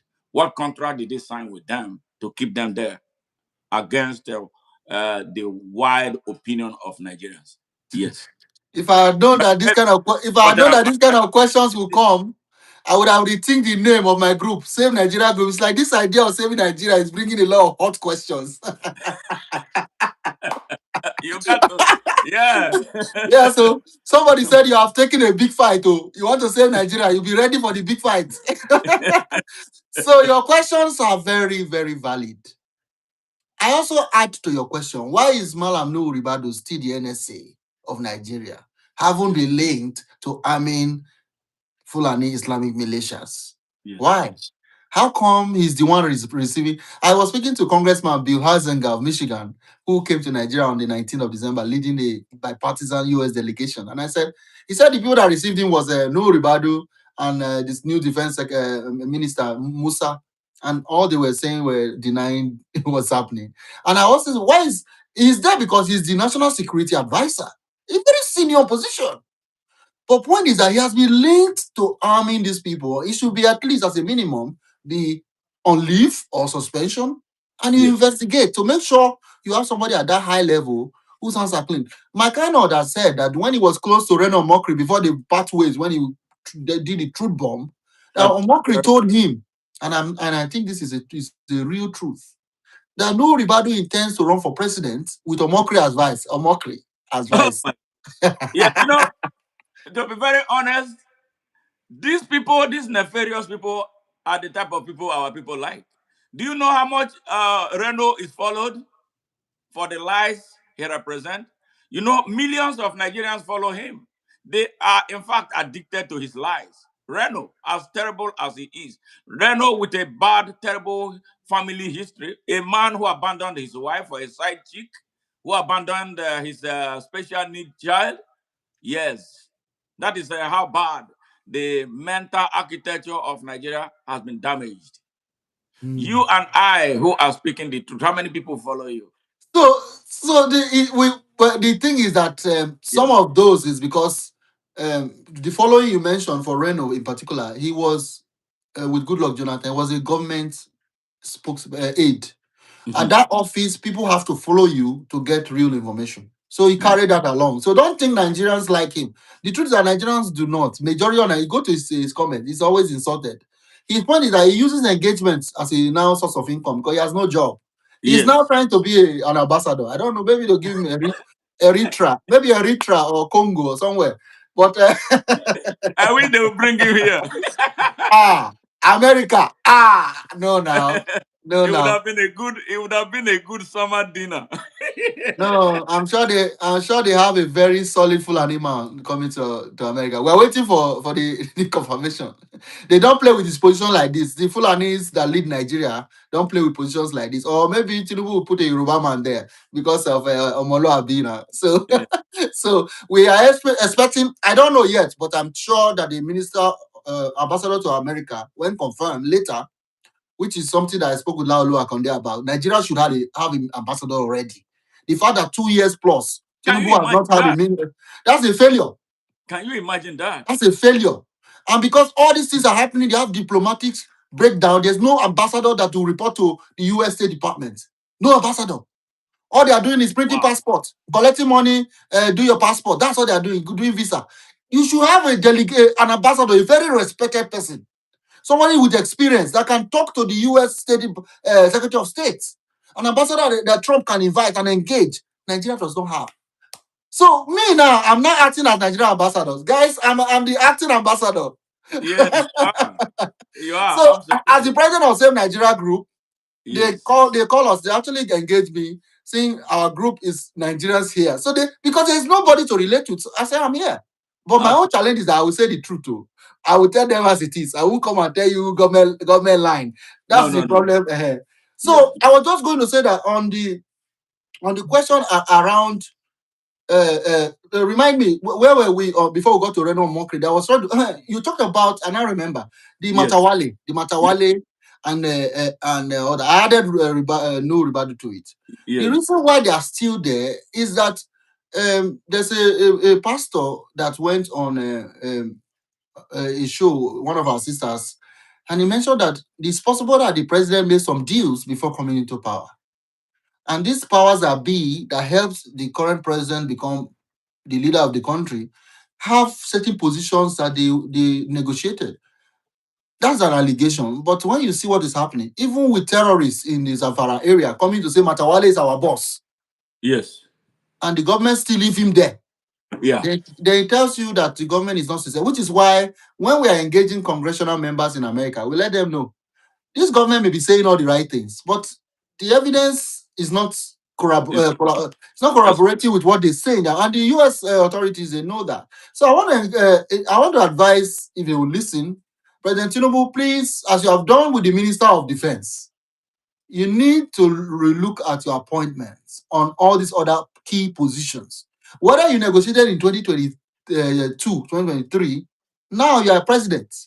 You need to exercise that office. I know my brother said he doesn't agree with you, but the world agrees that you are president of Nigeria, and there's nothing we can do. You are the actual president of Nigeria. We have to accept that he is president. So the point is, he now has to use the powers of that office to really stop the insecurity in Nigeria by removing people that have been suspected. You know, the member of Al Qaeda was in the cabinet of the last government, Buhari, a member. yes. And Yes. in fact, What Pantami, Isa Pantami. so Yes. somebody like that was in the highest level of government. So what do you want the world to see? A country that hates terrorists or embrace terrorists? Do you know that anytime the US is talking about coming to kill terrorists in Nigeria, there is a rally. They had a protest in Kano, massively attended, burning US flag, burning Trump effigy, calling on Iran, calling on Al Qaeda, ISIS to come and help them fight America. Just after Trump's talked about Nigeria. How can you have rallies in Kano openly supporting terrorists? And we say we are normal. I cannot understand it. So we need to be sincere. We don't have sincerity. Nigerian government must be sincere. If you really want to, which is, I see the move by the Minister of Defense, but General Musa cannot be doing one thing and other people in the government are doing others. There has to be a whole government approach and working with the Nigerian people. And the government must not be demonizing groups that are telling the truth to the US, like say Nigerian group, like the Middle Belters. No, you are making a mistake. You should work Yes. with, you should actually engage because we really want Nigeria to work. I personally, I don't know about others. Our group, same Nigerian group, want Nigeria to work. So we're not here to fight each other. We need IDPs to be back home. I was speaking to my colonel before our rally in December, on December 1st. He said, Stephen, this problem in Nigeria, when it ends, is when the IDPs can go back to their communities. As long as Nigerians are in camps in Cameroon, in Chad, in Niger, Niger Republic, and across, this problem is not over. So we have to be honest. There's human suffering under this genocide conversation. It's not just cliche. When you hear numbers like 100,000 killed since 2009, 19,100 churches burnt or vandalized, 250 Catholic priests beheaded. When you hear numbers like that, it should shock your conscience. It should shock your conscience. When you hear that 8,103 people were killed last year, Christians killed last year, and other groups. That's just Christians alone, because there's people counting because of Christian areas. They use that to extrapolate. And they say 8,103 Christians were killed in 2005 in Nigeria alone. That number is higher than the entire world combined. So the United States Council of International Religious Freedom has elevated Nigeria to red alert. The most dangerous place to be a Christian is Nigeria. Nigeria is more dangerous to be a Christian than China, than Saudi Arabia, than any of these countries. Nigeria is even more dangerous for Christians than Yemen. Mm. You know, some Nigerians will argue with you, they're in Lagos, they're in Lekki, phase one. Nothing they happen. We go to club, we go to church on Sunday, we dance, because you are inside a bubble.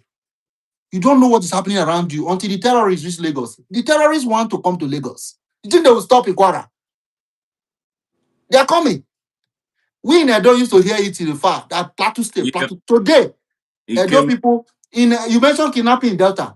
My hometown, not just Delta. Edo State now, Edo Yeah. Central, where Ekpoma is, where you had protest, where the Yes. governor Yeah. captured our young boys from Yes. AAU Yeah. and paraded them like You criminals. brought that up. Yes. We wrote as a Nigeria group that they should be released. And in 9 hours after our press release, the government, because of the outcry, not just us, it was an outcry from everybody. But I believe that they saw that same Nigerian group USA, Edo man leading that group, is not going to take this lightly. And the governor graciously did their thing and they released those boys. But my point is this: if Edo Central, the Minister of Education for Edo State, released a press release a few days ago that the entire schools in the senatorial zone will be closed indefinitely because of insecurity. So we're closing down schools in Edo because of Fulani Islamic terrorists in Edo. So you can see that it's no longer a far thought of saying a far place. You don't reach house now. You don't near us. In Ovia Northeast, they wiped out the community. Fulani Islamic militia in Edo, the old people are the village now is empty. Really. In Edo State, we have people in camps, in IDP camps in Edo. People don't know this. It's happening. Like those states are now at the front lines. But your governor is such a ridiculous man. Because you I know, remember, I don't know. you Let don't me come ask you. I'm again. so sorry. Oh. My grandmother is from Edo. My grandmother, her name is Iyoha. She was from Wow, she was from Uromehe. We were wow, very close. The youngest wife of Oba Akenzoa was raised by my grandmother, my father's mom. Him, wow. him, and the father of Odubu, Now I see Mercy. where your fire is coming from. You have a Edo Yes, fire in you. Mercy. Mercy was I know raised by Odubu. I know Odubu now. Odubu is a yeah, big, is yeah. one of His our father. leaders. Though I don't relate with him as my cousin, because it's the distance is there now. But we used to go to Mercy's house like during holidays. My grandmother would send us there. We say, "Oh, you her." They'll be greeting us. When we are going, they will give us things and stuff like that. They will give Wow. us a gogoro to drink. So we go back. Wow. I was actually to stay with the youngest wife of Ba Kenzoa when I left elementary school. My father, he told my father, my father was closer to them than the rest of members of the family because it was my father and my grandmom that was always going there. So he said, let them bring one of Ohu's son or his children so he can live with them in Benin and go to school there. But I refused. That's how close we are. I thought I didn't want to leave my parents and go somewhere else. So, but that was how the youngest wife of Balkanzo I was to stay with her. Eagle Street is our place, actually. We have Wow. You guys are not just small. You yeah, are really at the heart we of the Bini people. Yeah. are family members in Eagle Street. I went to school of nursing in Benin. I used to go to Eagle Street, to see some Wow. those family members there. you know. So, So so that your Benin is now the front line, but many people don't know. Exactly, many people don't yeah. know. So that's Until these terrorists reach our palace, then the Benin people will rise up. yeah, Until you hear that they are now surrounding our Alba Palace, then our people will. Hey! yeah. That time Yeah, is too late. getting too close, man. They are getting too close. You know, They're too close. So if this we is the can have schools closed in the whole senatorial zone, it's Edo yes, Central Zone, then yeah. that tells you there's a When problem. that what happened that was it Uromi, the first one that happened where some people said they were attacked, they killed some I don't know who they are. They said they were hunters. I don't know why somebody would travel 500 miles to hunt in someone else's neighborhood. We have special animal. We have special animal that jumps in Yeah. Edo. So, so on their way, something happened and some people died. It was sad that they died, but the Yes. way your governor reacted was so disgusting. Mm. Honestly, he went to Kano to kneel down and be begging people for what? When they are killing people in the north, nobody hears anything about that. And you saw good. A question just came to my mind. Atiku was even reacting that those northerners that they killed in Edo, he's not talking about Nigerians now. They were supposed to be Nigerians. Now they So killed northerners. somebody telling me on the Facebook side that this same thing is happening in Edo North. It's not just the Oromi area. Edo North, all this Auchi area, the terrorists, Fulani Islamic militia, are kidnapping, attacking. Again, Ebode, they are killing people in Edo. So Edo State 2 senatorial zone is fully It's on fire. attacked. Then Yeah, the Edo South, the Benin speaking side, is also yeah, from it's also been attacked. yeah, You know, our state is about to be run, and once they finish Edo now, Delta, yeah. well, Delta has already started getting Yeah, impact.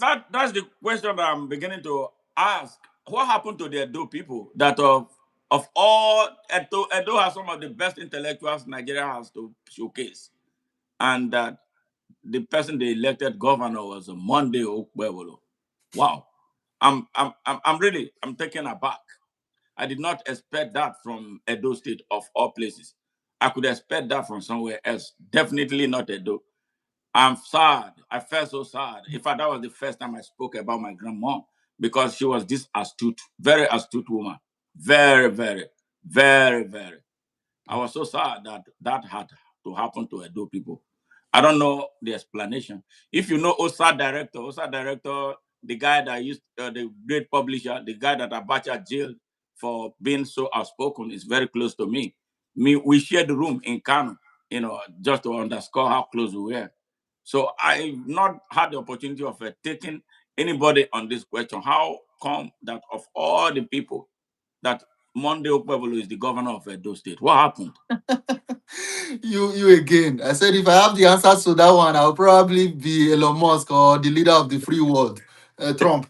I participated in the election that Okwebolo won and emerged from, and my candidate was Olumide Akpata of the Labour Yeah, Party. yeah, And I went to Edo people asking them to vote Olumide because I believe that Akpata had what we needed, what it takes to move our state forward. And our people decided otherwise. The election was not free and fair. There were so much irregularities, which is why I'm surprised that some people want to go and do 2027. You know, um, it's sad. Nigerians just like to forget. You like let's just hope that if we own this tap, water will come out, even though there is no connection to the head of the tap. We'll own it by faith in Jesus' name. Amen. Amen. Amen. You know that there's no connection of water, but you are opening the tap by faith. That's what Nigerians like to do. We like to hope against reality. Nigeria does not have an INEC that can conduct an election. 2027 will be the worst election after the worst one in 2023.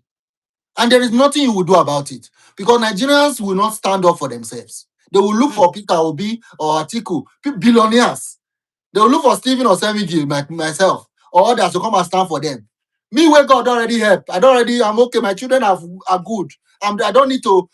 Peter Obi that is a billionaire. His son is in UK. You want him to come and die for you as a free Nigeria. You that has nothing. You don't get work. You don't get anything. You don't graduate. No job. You don't beg for online. You won't stand up for yourself. You are waiting for a billionaire to fight for you. Don't worry. 2027 we will be waiting. They will do the same thing and nothing will happen. Heaven will not fall. America will not come. America has many problems. America will not come and give you freedom. Somebody was saying that we should be asking America for free and fair election. They will not touch their own. Americans think their election is not good. They have problem with their election. Yes. Everybody get their problem. The reason why US is interested in Nigeria is because of killing of Christians. Full stop. And Christians in America, particularly the Republican conservative, have cried to their elected officials that our brethren in Nigeria are being killed. We need to help them. That is the beginning and the end, though. It's not our oil. Our oil already belongs to the foreign countries. Chevron, Shell, Ajib, all these people. They already own it. So stop saying they are coming to collect. They don't already collect them. The gold that they are mining Well, illegally.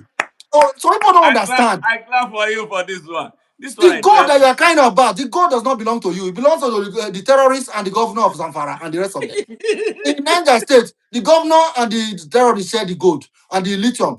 Chinese people are the one mining the raw earth and the lithium and the rest of them. So what are you calling America is coming to take? What do you have? You have my nothing. brother. Only hunger, insecurity, poverty, and hatred for your neighbor and the other tribe. Yoruba man, Igbo man, Edo man. When somebody asks somebody, who is the guy, that guy? Where is he from? Or somebody, oh, he's from Edo. Oh, okay, okay. Why do you want to know where I'm from? I'm a Nigerian. Is that not enough? So we don't want to wake up. We are waiting for somebody to help us. So white No. man, America to come and help America. President Trump will leave the whole world and come to Nigeria to help you. Who are you? Who are you? Why do you think you are that important? We need to wake up. Oh. The The only only, reason we're in the news is because of the killing of Christians. yeah. And it's not only Christians that are being killed, but those people that are being killed should be thanking the Christians. They've helped bring attention. Because these terrorists, they will not only kill Christians, they will kill anybody they don't like. They are killing a lot of So, people. so that is the summary of why we're here. Instead of appreciating the efforts of people like us and other groups, raising awareness, they are there. They will support what we are doing. They will support. But tomorrow now they will say, hey, why is he not doing this? Why is he not doing this?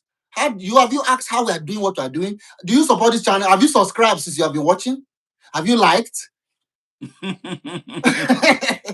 are the There reality you we go. face. There you So go. I'm You like know, that. Oh, I host Twitter spaces and my people know yeah. me. I'm like that. Thank you very much, Steve, for these points that you raised. You know, I thought I was the only one. I think sometimes I ask myself, "Are you crazy?" And like, I feel like now you get the problem, not the people that we are talking to. It's like I am the one in more problem. I wake up 247. There is electricity. Unless I not fee pay my bill, they'll cut on for a few minutes. Once I rally around, they will turn it on. All right. Right. What running consistently. There is no matter how hungry you are in this country, Abi. If I call your house, you know, give me food. Now the food you go first. Oh boy, man, we eat fufu now, Abi. So just to tie it together on what I was saying before I went on a tangent, if you are Yes, interested in good governance in Nigeria, which I am, you yes, need to focus on resolving the INEC issue before yes, you focus on campaigning for anybody. Because absolutely. you people like to waste time. I don't have time to waste. You Yes, people like to run around, just be happy, do campaign. yes. You cannot have an election with the current INEC as constituted. Focus No. there. That's why I support Peter I forgot his name, but he's a young man that has been talking about INEC. Peter for Okay, that something. guy I know. Yeah, What is he's very outspoken and he's on the money. He's yes. right there because it is the umpire. You cannot have a referee like in Nigeria match against Morocco. People blame the referee. INEC Nigeria can blame referee now, you Oh, know. that's what we do best. So that was on a lighter note, but INEC is the umpire. And Yes. who appoints the INEC? President Tinubu. Who is one of those that will be running for this election? President Tinubu. So are you saying President Tinubu will appoint somebody to come and help him run the election and he will lose the election? We lose. If you believe it, I will if you Regardless of what that man is saying or is saying. if you believe that that man will come and rule against Tinubu, I would like to sell you the Ikeja International Airport. It's my own. I want to sell it to you. I pity them. I I'd pity like to sell the airport to you. them. You I know? think we have a moment to really tell Nigerians the truth. If you are a Nigerian really watching this broadcast, the best thing, like I told you, I don't give me the money you don't have. It's okay. We got to manage small, small. Share this message. It doesn't cost you anything. Just one share.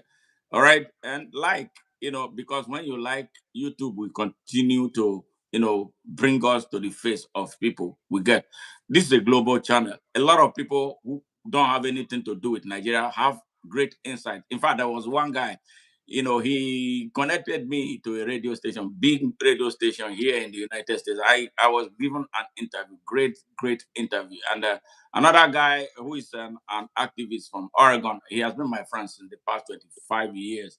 I didn't know that he has been looking for me. We lost touch. Then sometime last year, through this channel, he got in touch with me. He gave me one of the best interviews ever on air that was actually to be aired on NPR radio. So these are the things. So when we connect with one another, let's just do it for the love of country. That is what I do. It's not about money and stuff like that. Just let us do this. We can change Nigeria.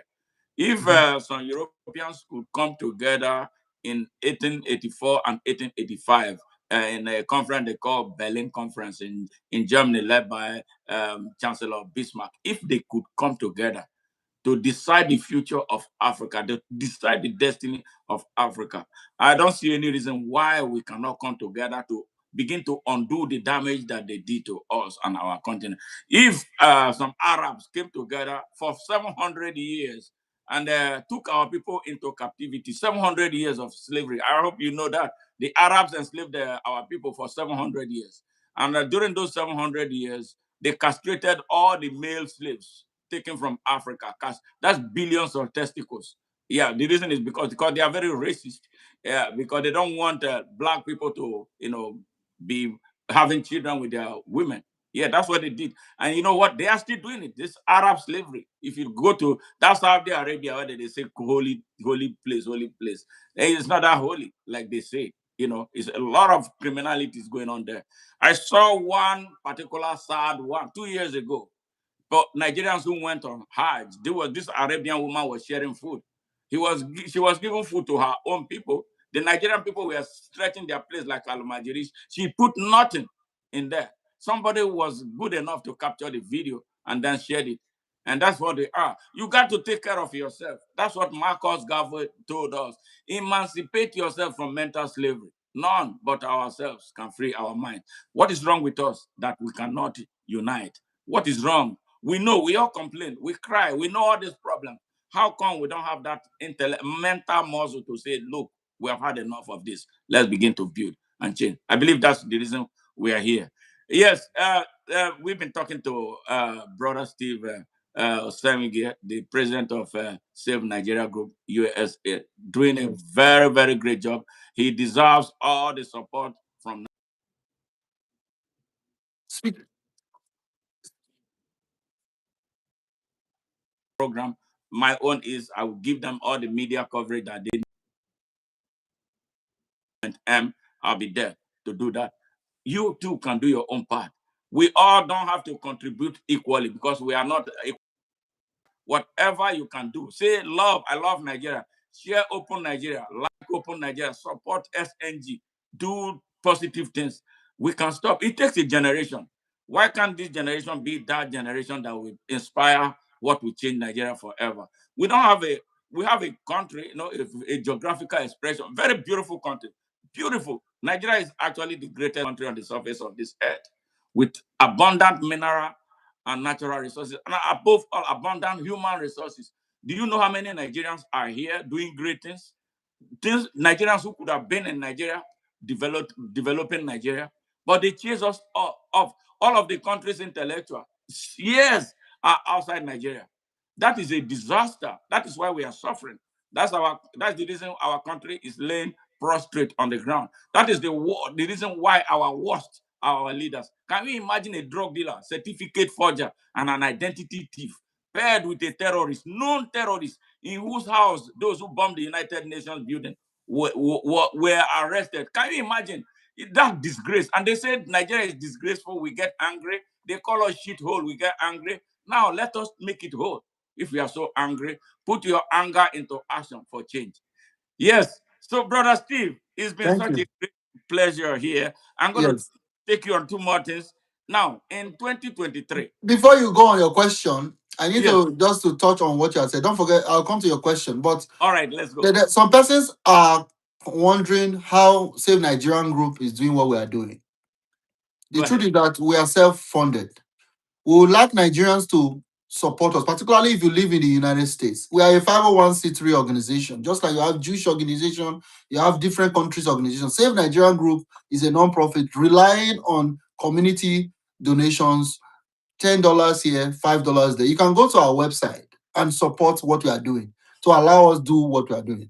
Because sometimes people like what you do, but they don't know how to key in. We have a website, www.savenigeriagroupusa.org, savenigeriagroupusa.org. Go to the website, you will see how you can support, and your donations are 100% tax deductible if you are in America. So we need to take advantage of what our tax dollars can do by using your tax dollars to help issues you agree with. That is the reason why 501c3s are effective for Jewish guys, for Indians, for Chinese. Other people are using this to help their people back home, to help the causes with the taxes. Because if you don't give that money, government will take it and send it to Ukraine or anywhere else because you have not used your money to help causes you believe in.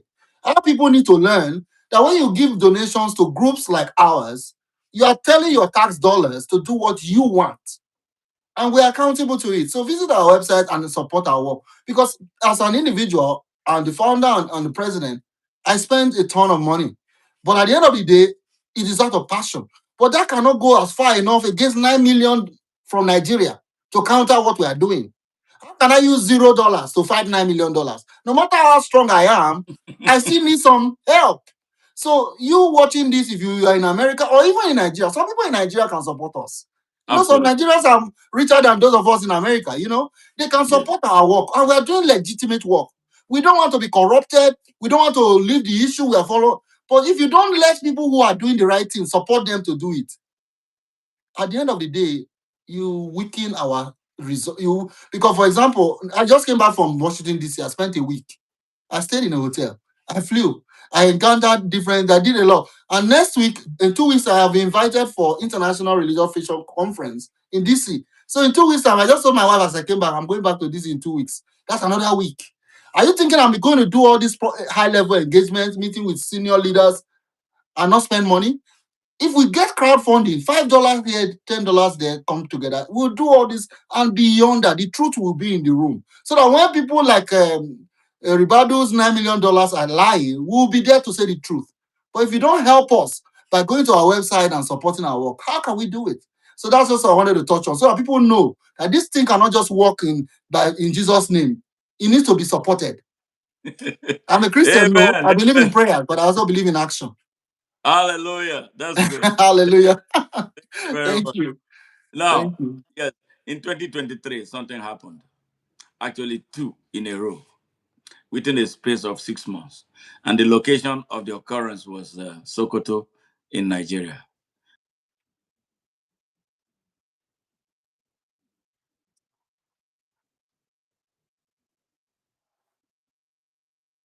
She was murdered. It was painful enough that she was murdered. She was burned to ashes. Terrorists. That state had a governor in the person of Aminu Tambuwal, who at the time was aspiring to be president of Nigeria. He did absolutely nothing. And none of those people, none of those assailant, those who was or prosecuted. And the same city had the Sultan of Sokoto, yes, who claims is the head of the Islamic faith in Nigeria. I don't know how he appointed himself. He called supreme head of Islam. And they sit down together, Yorubas, who started practicing Islam 300 years before Usman Dan Fodio was born. Yeah, how happened that Saad is the president of all the Muslims in Nigeria? That's the question. My question now is they did absolutely nothing. And then to make matters worse, one of the men who wanted to rule Nigeria and still wants to rule Nigeria, Atiku Abubakar, yes, tweeted condemning the incident. And within 5 minutes, he deleted his tweet. Yes. What happened? So, would you trust someone like that to be your president, to be a leader who cannot protect the young people, a leader who cannot protect the future of the country? and you want him to be your leader. I would like to hear your take on that. And within 6 months, another one happened. That one was a Muslim, Dauda Usman. He was murdered again for alleged blasphemy. And in that Sokoto, nothing happened. And Muhammadu Buhari was president of Nigeria at the time. Wouldn't there have been a presidential involvement to end that nonsense if they did not believe in what? So would you want to uh, uh, entrust the leadership of your country in those people who don't care about Nigeria, like Atiku? He's a hypocrite. So, my brother, what is your take in all this? And we need to come to an end of this madness in Nigeria for the country to take off. I would love Yes. you to share your own opinion. Yes, the Dauda Osman, I was not very familiar, so I was just writing it down so I can look at. I know about Deborah Yeah, Samuels. look it up. Yes, yes, I will definitely follow up on it. yes, During our rally in Washington, we had a picture of Deborah. That was she was not just again like you said lynched, stoned to death, as if we are in 14th century BC. yes. She was burnt, and the guy that burnt him was showing the matches. He said, "I'm the one that burnt him." He's still free today. So if you think Nigeria is a normal country, answer you come to your own conclusions based on the evidence I'm offering you. So the role of Tambowa as a governor or the as a presidential aspirant Atiku Abubakar reveals something that they are afraid of the electorate in the north, so much so that when something is wrong, they are unable to even publicly speak, which is why someone like Atiku would tweet correctly condemning it and now delete it. But when people were killed in those states, 11 of them claiming that to be our hunters, the whole you now know that the North Yeah, has influencers. They came yeah, online, all of them. Oh! Whereas people get slaughtered all over the North, middle yeah. belt. Not they don't say PIM. Nigeria is not an honest country. It is a web of lies. A web of lies. Nigerians are built. We have come to rely on these lies, and it is not sustainable. I think we need to start. We need to have a truth and reconciliation commission to talk to ourselves as something like a Oputa panel kind of something. We need another Oputa panel. The great Justice Oputa, Charlie Boy's father. So I think one of the things that we must do is that extremism and radical Islamic terrorism must be separated from the practice of Muslims or Islam. Because some people get confused that, oh, you're attacking our faith. Nobody is attacking your faith. My only problem is that if some people want to use your faith to kill me, I will come after them and that faith, that version of it. So I condemn with the strongest term the lynching of Deborah Samuels, and it is a disgrace that people like our leaders did not condemn it publicly. But beyond that, how do we make sure that these things do not reoccur? Because there is no deterrence. Some of the questions they were saying during the hearing in Congress was that are there prosecutions of these perpetrators? You mentioned Christian genocide, Fulani Islamic militia, killing of Deborah Samuel and burning her. Did the people get prosecuted? Were there follow-up action? No. Everybody is hush hush, pretend as if it did not happen. So we need to be honest if we want to end this. And I will be as we end this session, because I do need to run. Yeah. Is to say thank you to ONN. That's the acronym, sir. What does Yes. ONN mean again? Remind me. Open News Network. Open News Network Yeah. is a pillar. I'm very excited to connect with you. And now SNG, Save Nigerian Group, is partnering with you, not for money, but for Yes. us to work together. But Ab- if that venture brings financial ability to do more work, we will welcome it. If you want to support our organizations, support ONN. ONN needs support to promote their channel, to go and interview other people, to expand their reach and bring you more information. You know, people think, oh, we complain about Arise and channels and This Day and Guardian and Vanguard. But the government pays their daily bread. That's why they are like that. You that like independent media, you don't want them to pay their salaries. You don't want them to have light. You don't want to support independent media. ONN is an independent media. Support, like, subscribe. Those are ways you can do it. But beyond that, donate if you are in America or elsewhere. Even in again, Nigerians can support, not just Americans. So I just wanted to thank you for bringing me to your platform. I look forward to coming back and back. But this fight on Christian genocide in Nigeria and the genocide of other groups, particularly those that disagree with the radical terrorists, Muslims that are being killed, we will not stop talking about it. Our own goal as a Nigerian group is to end religious freedom violations and the attack of anybody for their faith. Everybody should be allowed to practice. I'm a Christian. Christians should not be killed. I will stand for my Christian brothers and sisters forever. I'm also a Nigerian. Muslims should not be killed for their faith. I will stand for my Muslim fellow Nigerians anywhere I go. Then Shango worshippers, Oromila worshippers, Juju worshippers should be able to worship their God in faith. And lastly, those who do not believe in God at all, they still have a right. They are Nigerians. They are human beings. The dignity of man should have the freedom to choose and the respect from others to live a dignified life. That's the summary of our fight. We are not here to sectionalize or divide. We want to bring people together to save Nigeria. So thank you very much. That will be our end here. Thank you so much. I'm very glad to be here. Hello? I think we lost connection Yeah, a little yeah, bit. there was a connection problem. Yeah. Yes. But we are done. I just wanted to say thank you. Hey, thank you very much, Steve. I wish we had all the time on air to go on and on, but I look forward to seeing you back here again. Thank you very much for the opportunity you gave us to share from your wealth of experience, and we look forward to hearing from you. Nigerians, All right. Thank this guy for a great job. Well done. Thank God you. bless you. Yes. Take care. Have Bye-bye. a great day. Yeah. Bye now. Yeah. Yes. Yes. Nigerians, friends of Nigeria, from Nigeria across Africa and around the world, you just heard it all, from Steve, the great guy there, Osemwegie, the founder and president of Save Nigerian Group, United States. He ate this subject up. Nigeria has a lot of problems that we must confront head on. This is not a time like before when all of us sat on the fence and our country was being destroyed. The people who destroyed our country, they have done a great job at that, to the point now that the entire country is on the edge, to the extent that external forces are the ones, doing a great job, what we ought to be doing since a very long time. We have been sleeping for a very long time. Again, it borders on one thing. What we are facing in Nigeria, it borders on one thing: leadership. Leadership has been lacking in Nigeria at all levels. So I hope this moment will help us go into introspection about the type of leadership we choose. Yes, that have brought us where we are right now. Nigeria has never had the benefit of having true good leaders. We don't have a system that works.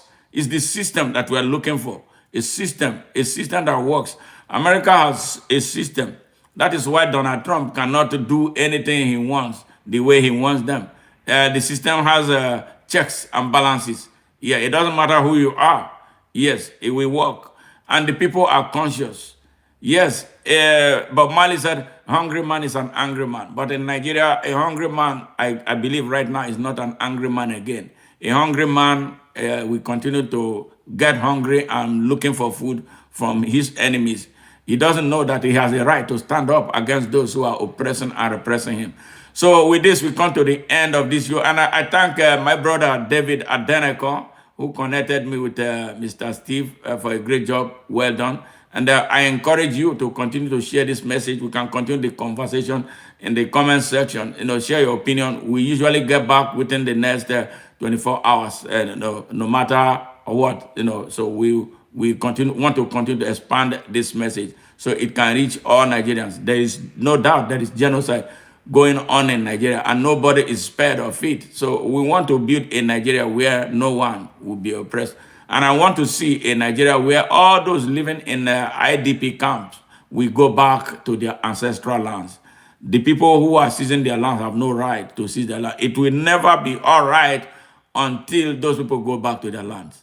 Bye for now, and I look forward to seeing you again. Bye-bye.